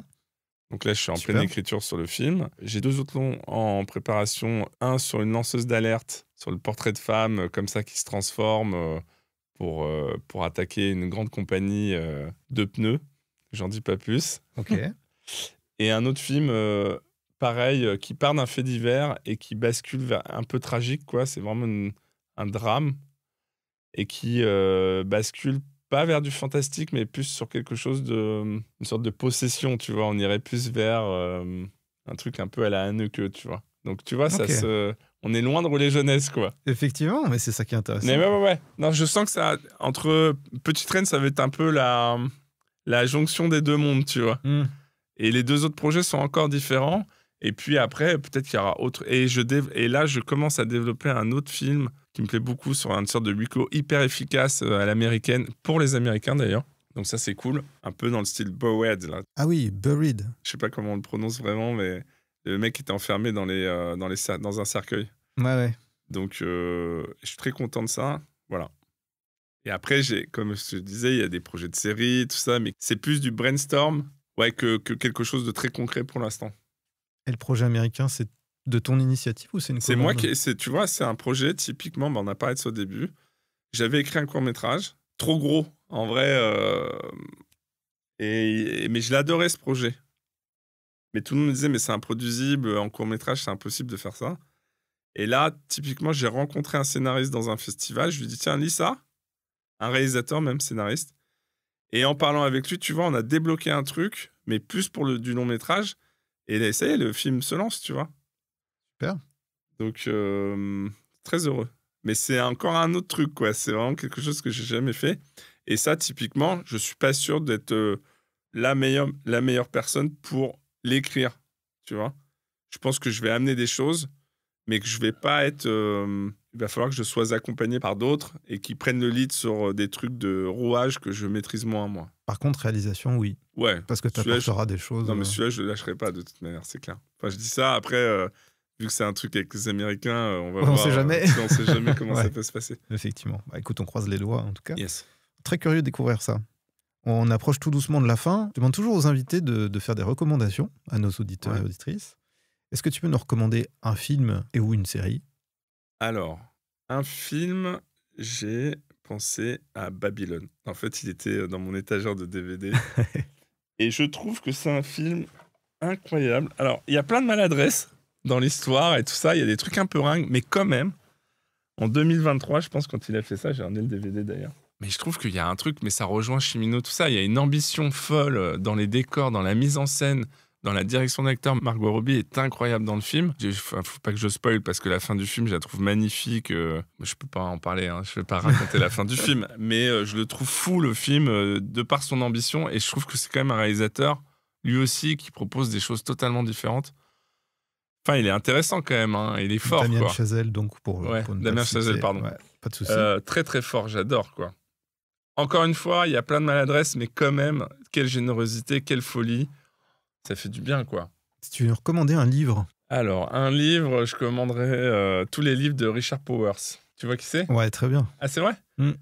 L'Arbre Monde. Ouais, voilà, exactement. Je trouve que cet homme est un puits de savoir permanent et aussi dans l'écriture, dans le romanesque, dans les personnages. C'est fou, quoi. Bon, après, c'est des gros livres. Ouais, c'est des bons pavés, hein, de mémoire. Faut s'attaquer à ça, mais vraiment, si vous avez l'occasion, lisez Richard Powers. Et aussi Richard Ford, d'ailleurs, qui est un romancier américain que j'adore. Mais c'est pas la même chose. Richard Powers, incroyable. Et enfin, une bande originale. Et on disait tout à l'heure John Bryan. Je sais pas si ça se prononce John Bryan, John Brion. J'ai un doute. Je pense que c'est Brian. Mais... Brian, c'est la bande originale de Punch Drunk Love. Mais je dis ça parce que j'adore le film, que j'ai encore les notes de musique dans la tête. Ouais. Et que c'est un des personnages du film, tu vois, qui accompagne le film. Après, et puis je la trouve intéressante, elle est très originale, et voilà, quoi. Si ça peut donner aux gens d'aller voir aussi le film qu'ils n'ont pas vu, ça me va. Je trouve que le film est incroyable. Et Paul Thomas Anderson, on n'en a pas parlé d'ailleurs, mais... Et tu peux, vas-y, je t'en prie. Non, je sais pas, mais bon, moi, c'est un de mes cinéastes préférés, Immense mais comme metteur en beaucoup, scène, tu vois, immense metteur en scène. Et aussi parce que moi, j'adore, tu vois, par exemple, son dernier... comment c'est Licorice Pizza. Licorice Pizza. Cette faculté à s'emparer, encore une fois, d'un petit... C'est vraiment se faire confiance sur un petit sujet et d'en faire quelque chose de très universel. Tu vois, il n'y a pas une sorte d'esbrouf d'aller chercher quelque chose d'énorme... en disant, waouh, regardez, il parle juste d'un adolescent qui tombe amoureux d'une jeune fille un peu plus vieille que lui. Et c'est que de la mise en scène, quoi. Comme quoi, juste dans l'écriture et dans la manière de filmer, on peut faire de grands films. Sans forcément faire preuve d'une ambition démesurée. Démesurée, tu vois. Mais en fait, l'ambition, pour moi, c'est pas le grand sujet. Le grand sujet ne veut pas dire une ambition démesurée. Et il l'a aussi, lui, dans sa manière de faire. Mais c'est juste... petit film, mais petit grand film, quoi. J'adore. Puis bon, c'est un immense metteur en scène. Les acteurs, en fait, pareil, il va chercher des trucs. Tous ces films sont fous. Inégaux, enfin, en tout cas pour moi, mais tu peux pas dire que le gars ne cherche pas quelque chose dans une industrie. Bon, il est incroyable, quoi. Qui laisse peu de place à l'expérimentation, en règle générale. Ouais. Effectivement. Exactement. Et où est-ce qu'on peut suivre ton actualité, Julien ? Vous pouvez me suivre sur Insta, je pense, mais je suis pas très, très actif. Parce qu'il y a des réacs qui mettent toutes leurs actus comme ça. Oui, il y en a. C'est vrai ? Il y en a qui ont des sites, il y en a qui ont des réseaux sociaux hyper actifs. Voilà. Ah ouais, non, moi je suis pas hyper actif. J'aime bien Insta, j'aime bien tous ces trucs-là. Ça me permet de me tenir au courant de ce que font les autres quand ils mettent des trucs. Après, je pense pas que vous apprendrez beaucoup de choses sur l'écriture. Tu vois, je suis quand même... c'est un moment où j'évite de mettre des photos, des trucs comme ça dessus, quoi. Et enfin, une dernière question. Qui est-ce que tu aimerais entendre à ce micro ? Qui j'aimerais bien entendre à ce micro ? Alors, ça dépend. J'aimerais bien entendre déjà français, parce que je pense que du coup, sinon... Et je me disais Léos Carax. Ah, j'aimerais bien. C'est pas mal. Bon client. Bon client, un très rare, hein, donc du coup... très difficile à obtenir, je pense. Ouais. Je pense, mais ça vaut le coup. Et après, parce que déjà, les Oscars, est-ce qu'on adore ? Enfin, moi, en tout cas, j'adore. Ah, moi aussi. Ouais. Et je trouve qu'à mon avis, il aurait... ce serait intéressant comme podcast, en tout cas, dans le rythme et dans tout ça. Ça pourrait être pas mal. Faut que je prévoie une grosse plage de temps, je pense. C'est possible. Et après, les gens qui m'entourent et tout ça, je dirais Aurélien Verne, qui est dans une approche plus indépendante que moi dans son cinéma, mais qui questionne la forme et qui est très curieux aussi des autres réalisateurs, de ce qu'ils font, etc. Donc je pense que ça pourrait être pas mal. Eh ben super. Je vais prendre le contact alors. Je te le donne.